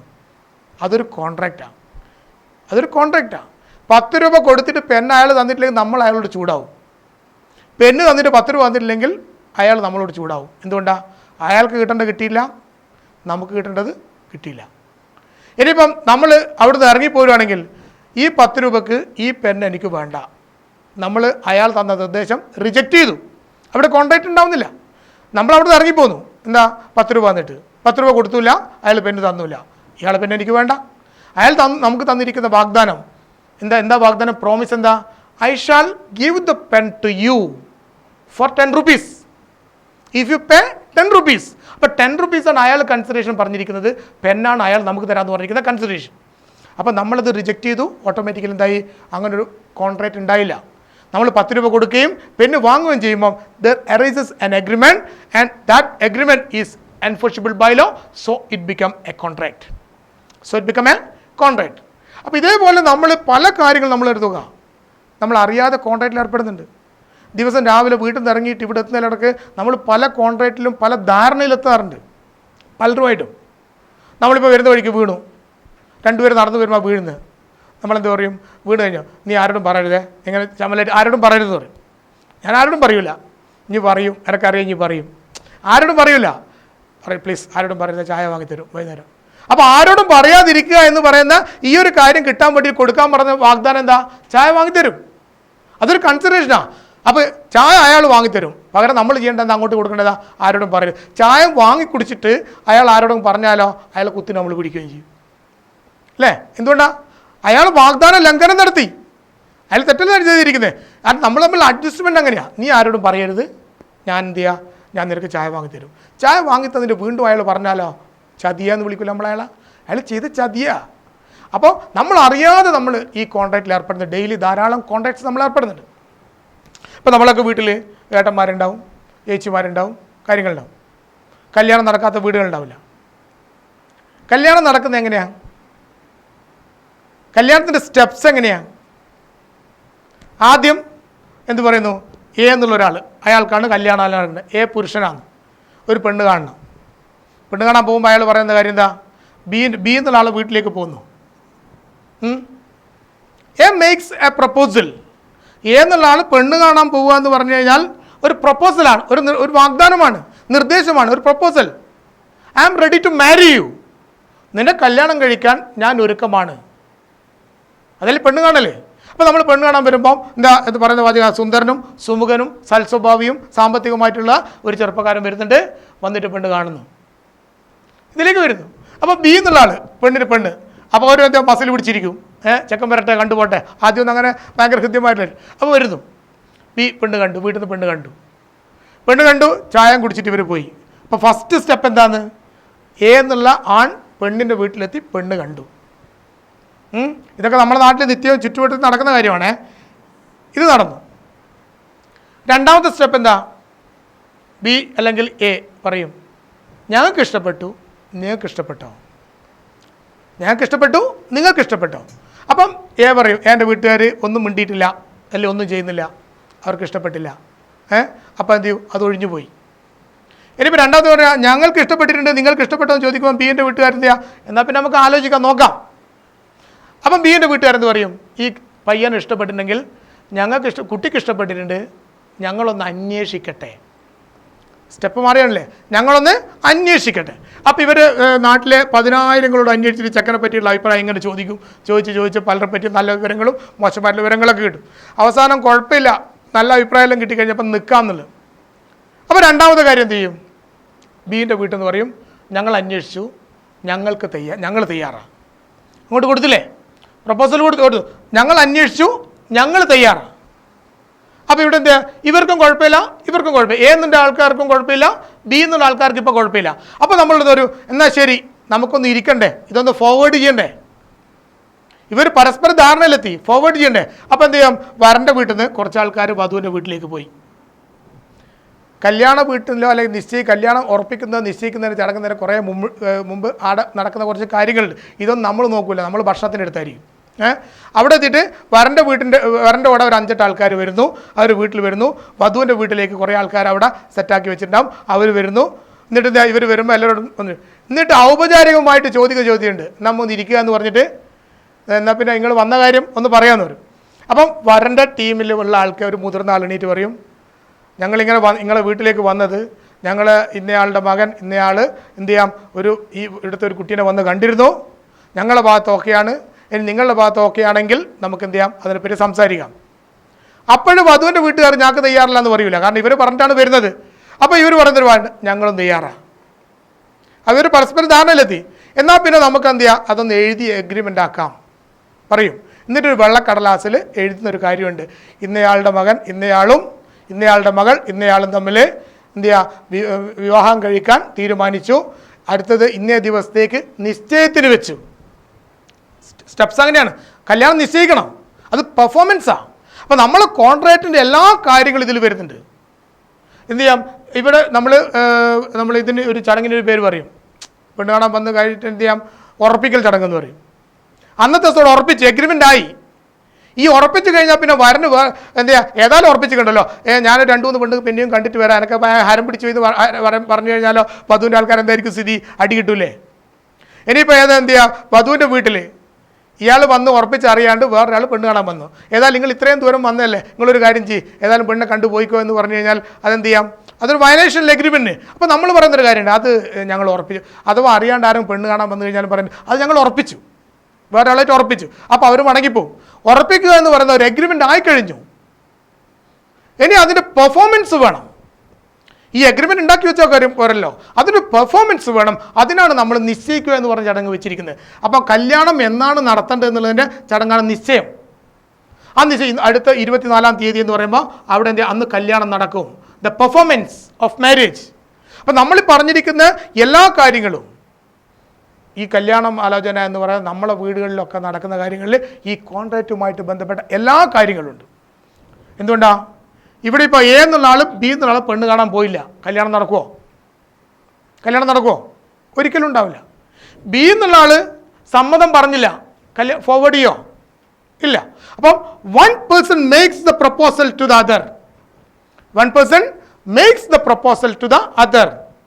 എന്താ പ്രപ്പോസൽ? ഞാൻ നേരത്തെ പറഞ്ഞ പോലെ സുന്ദരനും സുമുഖനും സൽസ്വഭാവിയും സാമ്പത്തികമായി നല്ലുള്ള എൻ്റെ മകൻ പെണ്ണ് കാണാൻ വേണ്ടിയിട്ട് ഇന്നയാളുടെ വീട്ടിൽ വന്നിരിക്കുന്നു.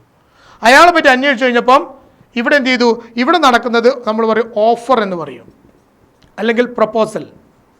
അപ്പോൾ നമ്മളിപ്പം പറയുന്നൊരു വാക്കുണ്ട്, ഇന്ന് വടകരയിൽ നിന്നൊരു പ്രപ്പോസൽ വന്നിട്ടുണ്ടായിരുന്നു മോൾക്ക്. പ്രപ്പോസൽ നമ്മൾ ഉപയോഗിക്കുന്ന വാക്കാണ്. ഈ പ്രപ്പോസലിന് നമ്മൾ ഓഫർ എന്ന് പറയുന്നത്, പ്രോമിസ് എന്ന് പറയുന്നത്, വാഗ്ദാനം. അങ്ങോട്ട് കൊടുക്കുകയാണ് proposal. One person makes the proposal to the other. ആ പ്രപ്പോസൽ ഇവരെന്ത് ചെയ്യുക, കുഴപ്പമില്ല, ആ കണ്ടീഷൻ കാര്യങ്ങളെല്ലാം ഇവർക്ക് എഗ്രിബിൾ ആണെങ്കിൽ ഇവരെന്ത് പറയും, ഈ പേഴ്സൺ ഇങ്ങോട്ടേക്ക് ആക്സെപ്റ്റ് ചെയ്യും. അപ്പോൾ ഓഫറും ആക്സെപ്റ്റൻസും.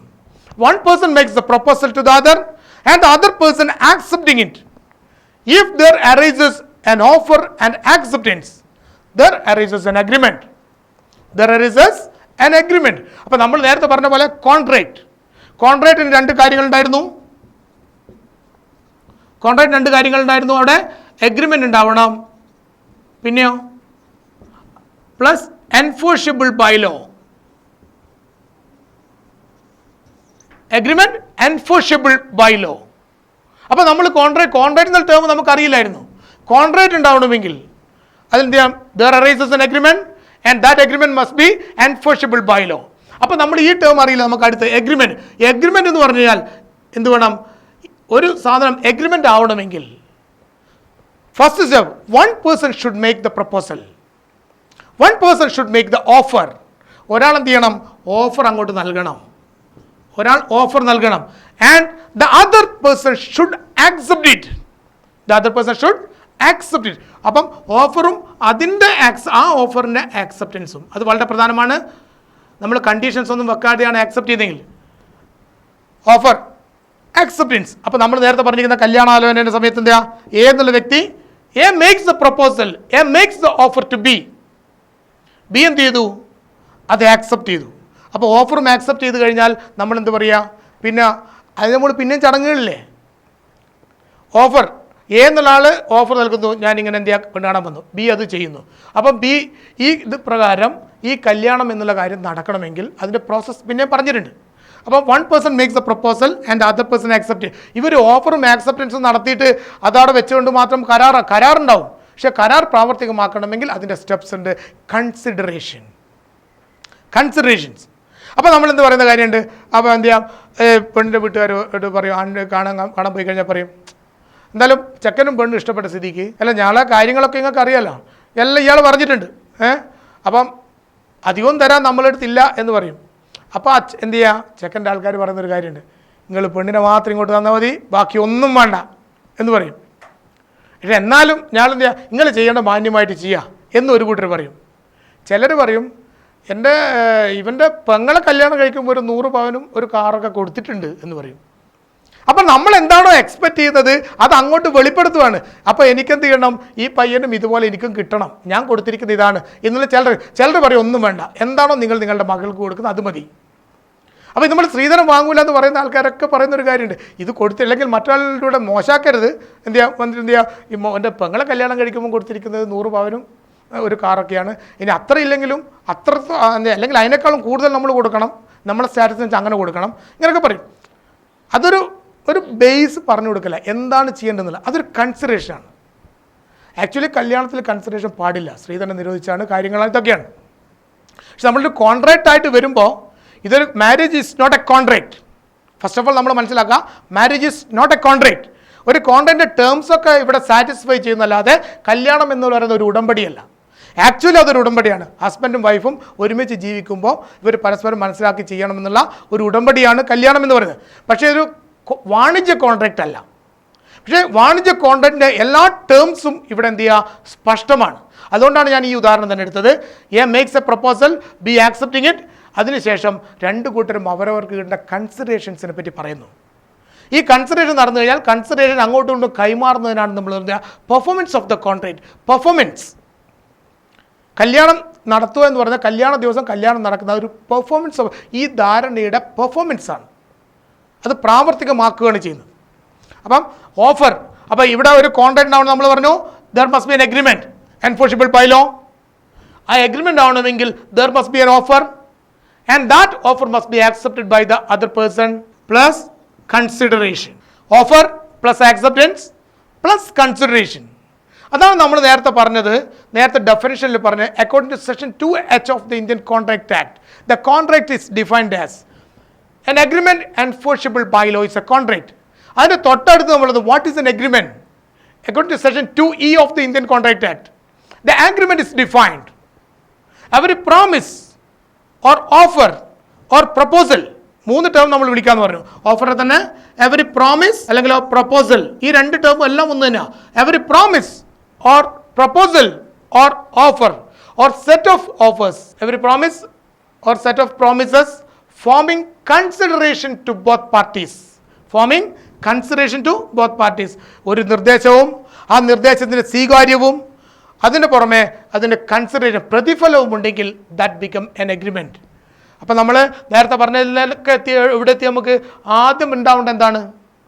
ഒരു കോൺട്രാക്റ്റ് ഉണ്ടാവണമെങ്കിൽ ഫസ്റ്റ് ഓഫ് ഓൾ നമുക്ക് അതിൽ സ്റ്റെപ്സ് ആയിട്ട് തന്നെ പറയാം. ഒരു കോൺട്രാക്റ്റ് ഉണ്ടാവണമെങ്കിൽ സ്റ്റെപ്സ് ആയിട്ട് നമ്മൾ ചെയ്യുമ്പോൾ first of all, one person makes the offer.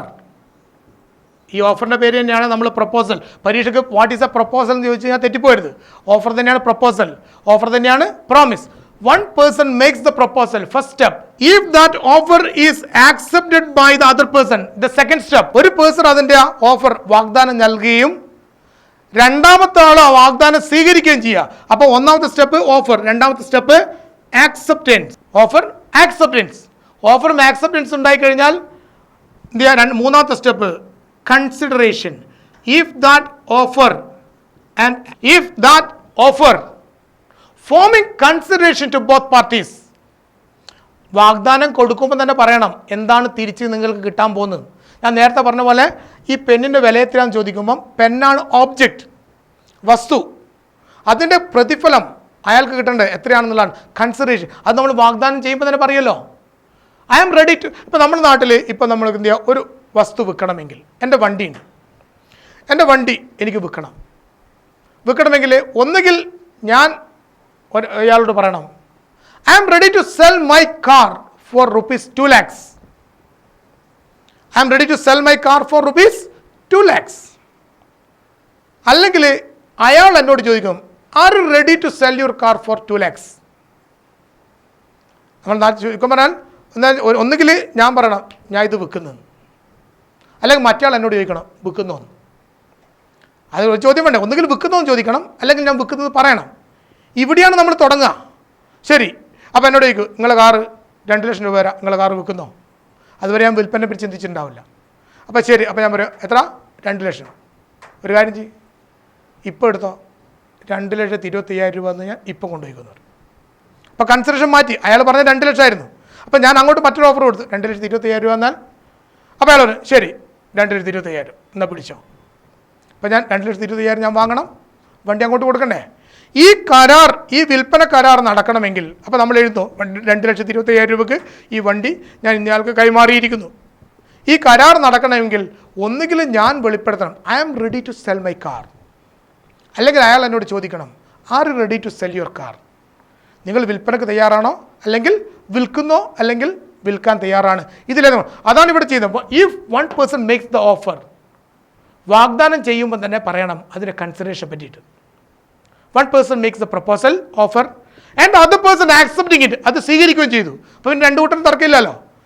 ഞാൻ പറഞ്ഞ വില മറ്റേയാൾ എന്ത് ചെയ്യുക, സ്വീകരിച്ചു. അപ്പം one person makes the proposal and other person acceptance. ഇനി മൂന്നാമത്തത് പെർഫോമൻസ് ഓഫ് ദ കൺസിഡറേഷൻ. ഇവിടെ കൺസിഡറേഷൻ പറഞ്ഞു കഴിഞ്ഞു. ഇനിയിപ്പം മൂന്നാമത്തത് എന്ത് ചെയ്യുക, ഇവിടെ ഇതുകൊണ്ട് മാത്രം കാര്യമില്ല. ഇപ്പം നമ്മൾ പേപ്പറിലൊക്കെ കാണുന്ന പോലെ കഞ്ചാവ് വിൽപ്പന, പേപ്പറിൽ ഇപ്പം നിശ്ചലമായിട്ട് കാണുന്ന, അല്ലെ മദ്യ വിൽപ്പന. ഞാനിപ്പോൾ ഒരാൾ പറഞ്ഞു എൻ്റെ കയ്യിൽ 1 കിലോ കഞ്ചാവുണ്ട്, ഇത്ര രൂപക്ക് വിൽക്കാം. അതും കോൺട്രാക്റ്റ് അല്ലേ. അപ്പോൾ അയാൾ സ്വീകരിച്ചു, 5,000 രൂപ സ്വീകരിച്ചു. അപ്പോൾ ഇതെന്ത് ചെയ്യാം, ഞാനിപ്പോൾ 5,000 രൂപ വാങ്ങുന്നു, കഞ്ചാവ് അയാൾക്ക് കൊടുക്കുന്നു. കോൺട്രാക്റ്റ് ആണോ? അല്ല. എന്തുകൊണ്ടാണ് അല്ലാത്തത്? It is not enforceable by law. ഇന്ത്യയിലെ നിയമം ഇത്തരം ഒരു ബിസിനസ് ട്രാൻസാക്ഷനെ അംഗീകരിക്കുന്നില്ല. അപ്പം ഏത് കോൺട്രാക്റ്റിലും നമുക്ക് ഏർപ്പെടാം, but that agreement must be enforceable by law. അപ്പോൾ എൻഫോഴ്സബിൾ ബൈ ലോ. അപ്പോൾ നമ്മൾ ആദ്യം നോക്കേണ്ടത് ഒരു കോൺട്രാക്റ്റ് ഉണ്ടാവാൻ വേണ്ടിയിട്ട് എൻഫോഴ്സബിൾ ബൈ ലോ നമ്മൾ ആദ്യം നോക്കേണ്ടത് അവിടെ ഒരു ഓഫർ ഉണ്ടോ നോക്കുക. അവിടെ ഉണ്ട്, ഓഫർ ഉണ്ട്. ആ ഓഫർ മറ്റേ സ്വീകരിച്ചോ നോക്കുക, സ്വീകരിച്ചിട്ടുണ്ട്. മൂന്നാമത്തെ അവിടെ കൺസിഡറേഷൻ ഉണ്ടോ നോക്കുക, കൺസിഡറേഷൻ ഉണ്ട്. If that enforceable by law, നിയമവിധേയമാണോ, നിയമത്തിൻ്റെ പിന്തുണ ഇത്തരം കോൺട്രാക്റ്റ് ഉണ്ടോ, നിയമവിരുദ്ധമായിട്ടൊരു പ്രവൃത്തിക്കാണോ ചെയ്യുന്നത്, അല്ല എങ്കിൽ ഇറ്റ് ബിക്കം എ കോൺട്രാക്റ്റ്. അപ്പോൾ നമ്മൾ കോൺട്രാക്റ്റ് എളുപ്പത്തിൽ ഉണ്ടാവുന്നതല്ല. നമ്മൾ പറഞ്ഞ പോലെ ഒരു കോൺട്രാക്റ്റിൽ എത്തണമെങ്കിൽ there are certain steps. One person makes the offer and the other person accept it. There should be a consideration and that agreement. ഇവിടെ ഇതും കൂടെ ഉണ്ടാകുമ്പോഴത്തേക്ക് ഇവിടെ എന്താ, ഇവിടം വരെ എത്തുമ്പോഴത്തേക്ക് എഗ്രിമെൻ്റ് ആയി മാറി. ഇവിടം വരെ എത്തുമ്പോഴത്തേക്ക് ഇത് എഗ്രിമെൻ്റ് ആയി മാറി. ഓഫറും ആക്സെപ്റ്റും കൺസിഡറേഷൻ ഉണ്ടാകുമ്പോഴത്തേക്ക് അത് എഗ്രിമെൻ്റ് ആയിട്ട് മാറി. It become an agreement. If that agreement is enforceable by law, it become a contract. It become a contract. അപ്പോൾ ഇങ്ങനെയാണ് കോൺട്രാക്ട് ഉണ്ടാകുന്നത്. ഇന്ത്യൻ കരാർ നിയമം 1872 പ്രകാരം ഓഫറിൽ നിന്ന് തുടങ്ങിയിട്ട് ലാസ്റ്റ് സ്റ്റെപ്പിലേക്കാണ് ഈ സർട്ടൻ പ്രോസസ്സൊക്കെ ഫുൾഫിൽ ചെയ്യുന്നുണ്ടെങ്കിൽ മാത്രമേ അതൊരു കോൺട്രാക്റ്റ് ആയിട്ട് മാറുള്ളൂ. അതാണ് നമ്മൾ ആദ്യം പഠിക്കുന്നത് ഇന്ത്യൻ കോൺട്രാക്റ്റിൽ വാട്ട് ഈസ് എ കോൺട്രാക്റ്റ്. അപ്പോൾ സെഷൻ നമ്മൾ നേരത്തെ പറഞ്ഞു according to section 2 sub clause H, ഇങ്ങനെ ചെയ്ത് കഴിഞ്ഞാൽ വിളിക്കേണ്ടത് 2 സബ് ക്ലോസ് എച്ച്. നിങ്ങൾ നിയമം പഠിച്ചിട്ടില്ലാത്തതുകൊണ്ടാണ് പറഞ്ഞത്. സെക്ഷൻ 2 ആണ്, അതിൻ്റെ സബ് ക്ലോസ് ആണ് എച്ച്. അപ്പോൾ നമ്മളിവിടെ എന്ത് സെക്ഷൻ 2A പ്രകാരമാണ് എന്ത് പറയുന്നത്, ഓഫർ ഇസ് ഡിഫൈൻഡ്. ഓഫർ എന്നുള്ളത് സെക്ഷൻ 2A. അപ്പോൾ സെക്ഷൻ 2 എന്ന് പറയുന്നത് കോൺട്രാക്റ്റിനെ പറ്റിയിട്ടുള്ളതാണ്. അതിൻ്റെ ഓരോ ടേമിനെയും ഡിഫൈൻ ചെയ്തു. അപ്പം നമ്മളിപ്പോൾ സെക്ഷൻ, ഞാൻ നേരത്തെ പറഞ്ഞു 540 സെക്ഷൻ, അതേപോലെ സെക്ഷൻ 1. സെക്ഷൻ 1 അതിൻ്റെ അനുബന്ധമായിട്ട് കുറേ സബ് ക്ലോസ് ഉണ്ടാവും. ആ സബ് ക്ലോസ് ഒക്കെ നമ്മൾ എഴുതുക 1 ഒന്നുകിൽ A ഇങ്ങനെ. ഇത് സെക്ഷൻ 1ൻ്റെ സബ് ക്ലോസ് ആണ് സെക്ഷൻ A. ഇത് വിളിക്കുന്നത് സബ് ക്ലോസ്. ഇത് വായിക്കുന്നത് നമ്മൾ സബ് ക്ലോസ് എന്നാണ്. ഇനിയിപ്പോൾ ചിലപ്പോൾ കാണും 1 കഴിഞ്ഞിട്ട് I, രണ്ടാമത്തെ 1 കഴിഞ്ഞിട്ട് I, ഇങ്ങനെയൊക്കെ കാണും സെഷൻസ് എഴുതും. ഇതൊക്കെ ഓരോന്നും ഉപയോഗിക്കുന്ന രീതിയാണ്. ഇതിൽ തന്നെ പഠിക്കുമ്പോൾ 2 വിധത്തിൽ ഉപയോഗിക്കുന്നുണ്ട്. അപ്പോൾ സെക്ഷൻ 2 ആണ് കോൺട്രാക്റ്റിനെ ഡിഫൈൻ ചെയ്യുന്നത്. അതിൽ ഒന്നാമത്തേതായിട്ട് സെക്ഷൻ 2ൻ്റെ സബ് ക്ലോസ് A ആയിട്ട് ഡിഫൈൻ ചെയ്യുന്നത് ഓഫറിനെയാണ്. രണ്ടാമത്തെ B ആയിട്ട് ഡിഫൈൻ ചെയ്യുന്നത് നമ്മൾ ആക്സെപ്റ്റൻസിനെയാണ്. ഇതൊക്കെ ഉണ്ട്. അപ്പം കൺസിഡറേഷന് ടു C ആയിട്ട് ഡിഫൈൻ ചെയ്യുന്നുണ്ട്. അതിങ്ങനെ ഓരോന്നായിട്ട് വരുമ്പോൾ E ആയിട്ട് എഗ്രിമെൻറ്റ് ഡിഫൈൻ ചെയ്യുന്നുണ്ട്. അത് കഴിഞ്ഞിട്ട് 2H ആയിട്ടാണ് നമ്മൾ ഇപ്പോൾ ഡിഫൈൻ ചെയ്യുന്നത് കോൺട്രാക്റ്റ്. അപ്പം വാട്ട് ഇസ് എ കോൺട്രാക്റ്റ് എന്ന് വെച്ചാൽ according to section 2 of the 2H sub clause H of the Indian contract act, a contract is defined as an agreement enforceable by law. അതിന് മുമ്പേ നമ്മൾ ഈ ആയിട്ട് എഗ്രിമെൻ്റ് ഡിഫൈൻ ചെയ്യുന്നുണ്ട്. Every promise section 2E ആയിട്ട് every promise or every set of promises forming consideration to both parties. അപ്പം ഇവിടെ നമ്മൾ നേരത്തെ പറഞ്ഞ ഒരു ഡെഫിനിഷൻ ഇന്ത്യൻ കോൺട്രാക്ട് ആക്ടിനെ ഡിഫൈൻ ചെയ്ത് according to section 2H of the Indian contract act, an agreement enforceable by law, an agreement enforceable by law. ഇത് നമ്മളിപ്പോൾ കാണുന്നത്, നിങ്ങൾ കഴിഞ്ഞ വർഷം എക്കണോമിക്സും കാര്യങ്ങളൊക്കെ പഠിക്കുമ്പോൾ ധാരാളം ആൾക്കാർ ഓരോ ടേമിനെ ഡിഫൈൻ ചെയ്യുന്നുണ്ട്. ആ ഡിഫൈൻ ചെയ്യുമ്പം ഓരോരുത്തരുടെ സാൽമണ്ട്, നിയമപുസ്തകത്തിൽ ഏറ്റവും കൂടുതൽ ടേംസിനെ ഡിഫൈൻ ചെയ്ത വ്യക്തിയാണ് സാൽമണ്ട്. സാൽമണ്ട് ഡെഫിനിഷനാണ് പൊതുവെ അംഗീകരിക്കപ്പെടുന്നത്. അതുപോലെ ധാരാളം ആൾക്കാരുണ്ട്. പക്ഷേ ഇന്ത്യൻ കോൺട്രാക്ട് ആക്ടിൽ എൻഫോഴ്സിബിൾ ബൈ ലോ എന്നുള്ള ഈ ടേം വന്നിരിക്കുന്നത് it is from the definition of Pollock എന്നുള്ള ഒരു ആളുണ്ടായിരുന്നു, ഒരു എഴുത്തുകാരൻ. അയാൾ കോൺട്രാക്റ്റിനെ ഡിഫൈൻ ചെയ്തിരിക്കുന്നത് ആൻ അഗ്രിമെൻറ്റ് എൻഫോഴ്സിബിൾ ബൈ എന്നുള്ളതിന് പകരം ഇവിടെ ഒറ്റ ടേമിൻ്റെ വ്യത്യാസമുള്ളൂ, at. Pollock as per Pollock definition an agreement enforceable at law is a contract. But according to Indian contract act an agreement enforceable by law is a contract. അപ്പോൾ നിങ്ങൾക്ക് what is A contract എന്ന് ചോദിച്ചു കഴിഞ്ഞാൽ നിങ്ങൾക്ക് 2 വിധത്തിൽ എഴുതാം. According to Indian contract act, the term contract is defined as agreement enforceable by law is a contract. The Pollock defined contract as an agreement enforceable at law is a, ഈ 2 term അങ്ങോട്ട് മാറ്റി എഴുതി കഴിഞ്ഞാൽ, പക്ഷേ മാറിപ്പോയത് definition എഴുതുമ്പോൾ പൊള്ളോക്കിൻ്റെ അറ്റം എഴുതണം, മറ്റൊരു ബൈ എഴുതണം. ഇങ്ങനെ എഴുതി കഴിഞ്ഞാൽ നിങ്ങൾക്ക് 2 ഡെഫിനിഷൻ എഴുതാം. എഴുതുന്ന ആൾക്ക്, നിങ്ങൾക്ക് പരീക്ഷ പേപ്പർ നോക്കുന്ന ആൾക്ക് നിങ്ങൾക്ക് ഇതിനെപ്പറ്റി ആധികാരികമായിട്ടുള്ള വിവരം ഉണ്ടാവും എന്നുള്ള ഒരു ധാരണ ഉണ്ടാവും, പരീക്ഷയ്ക്ക് മാർഗം കിട്ടും.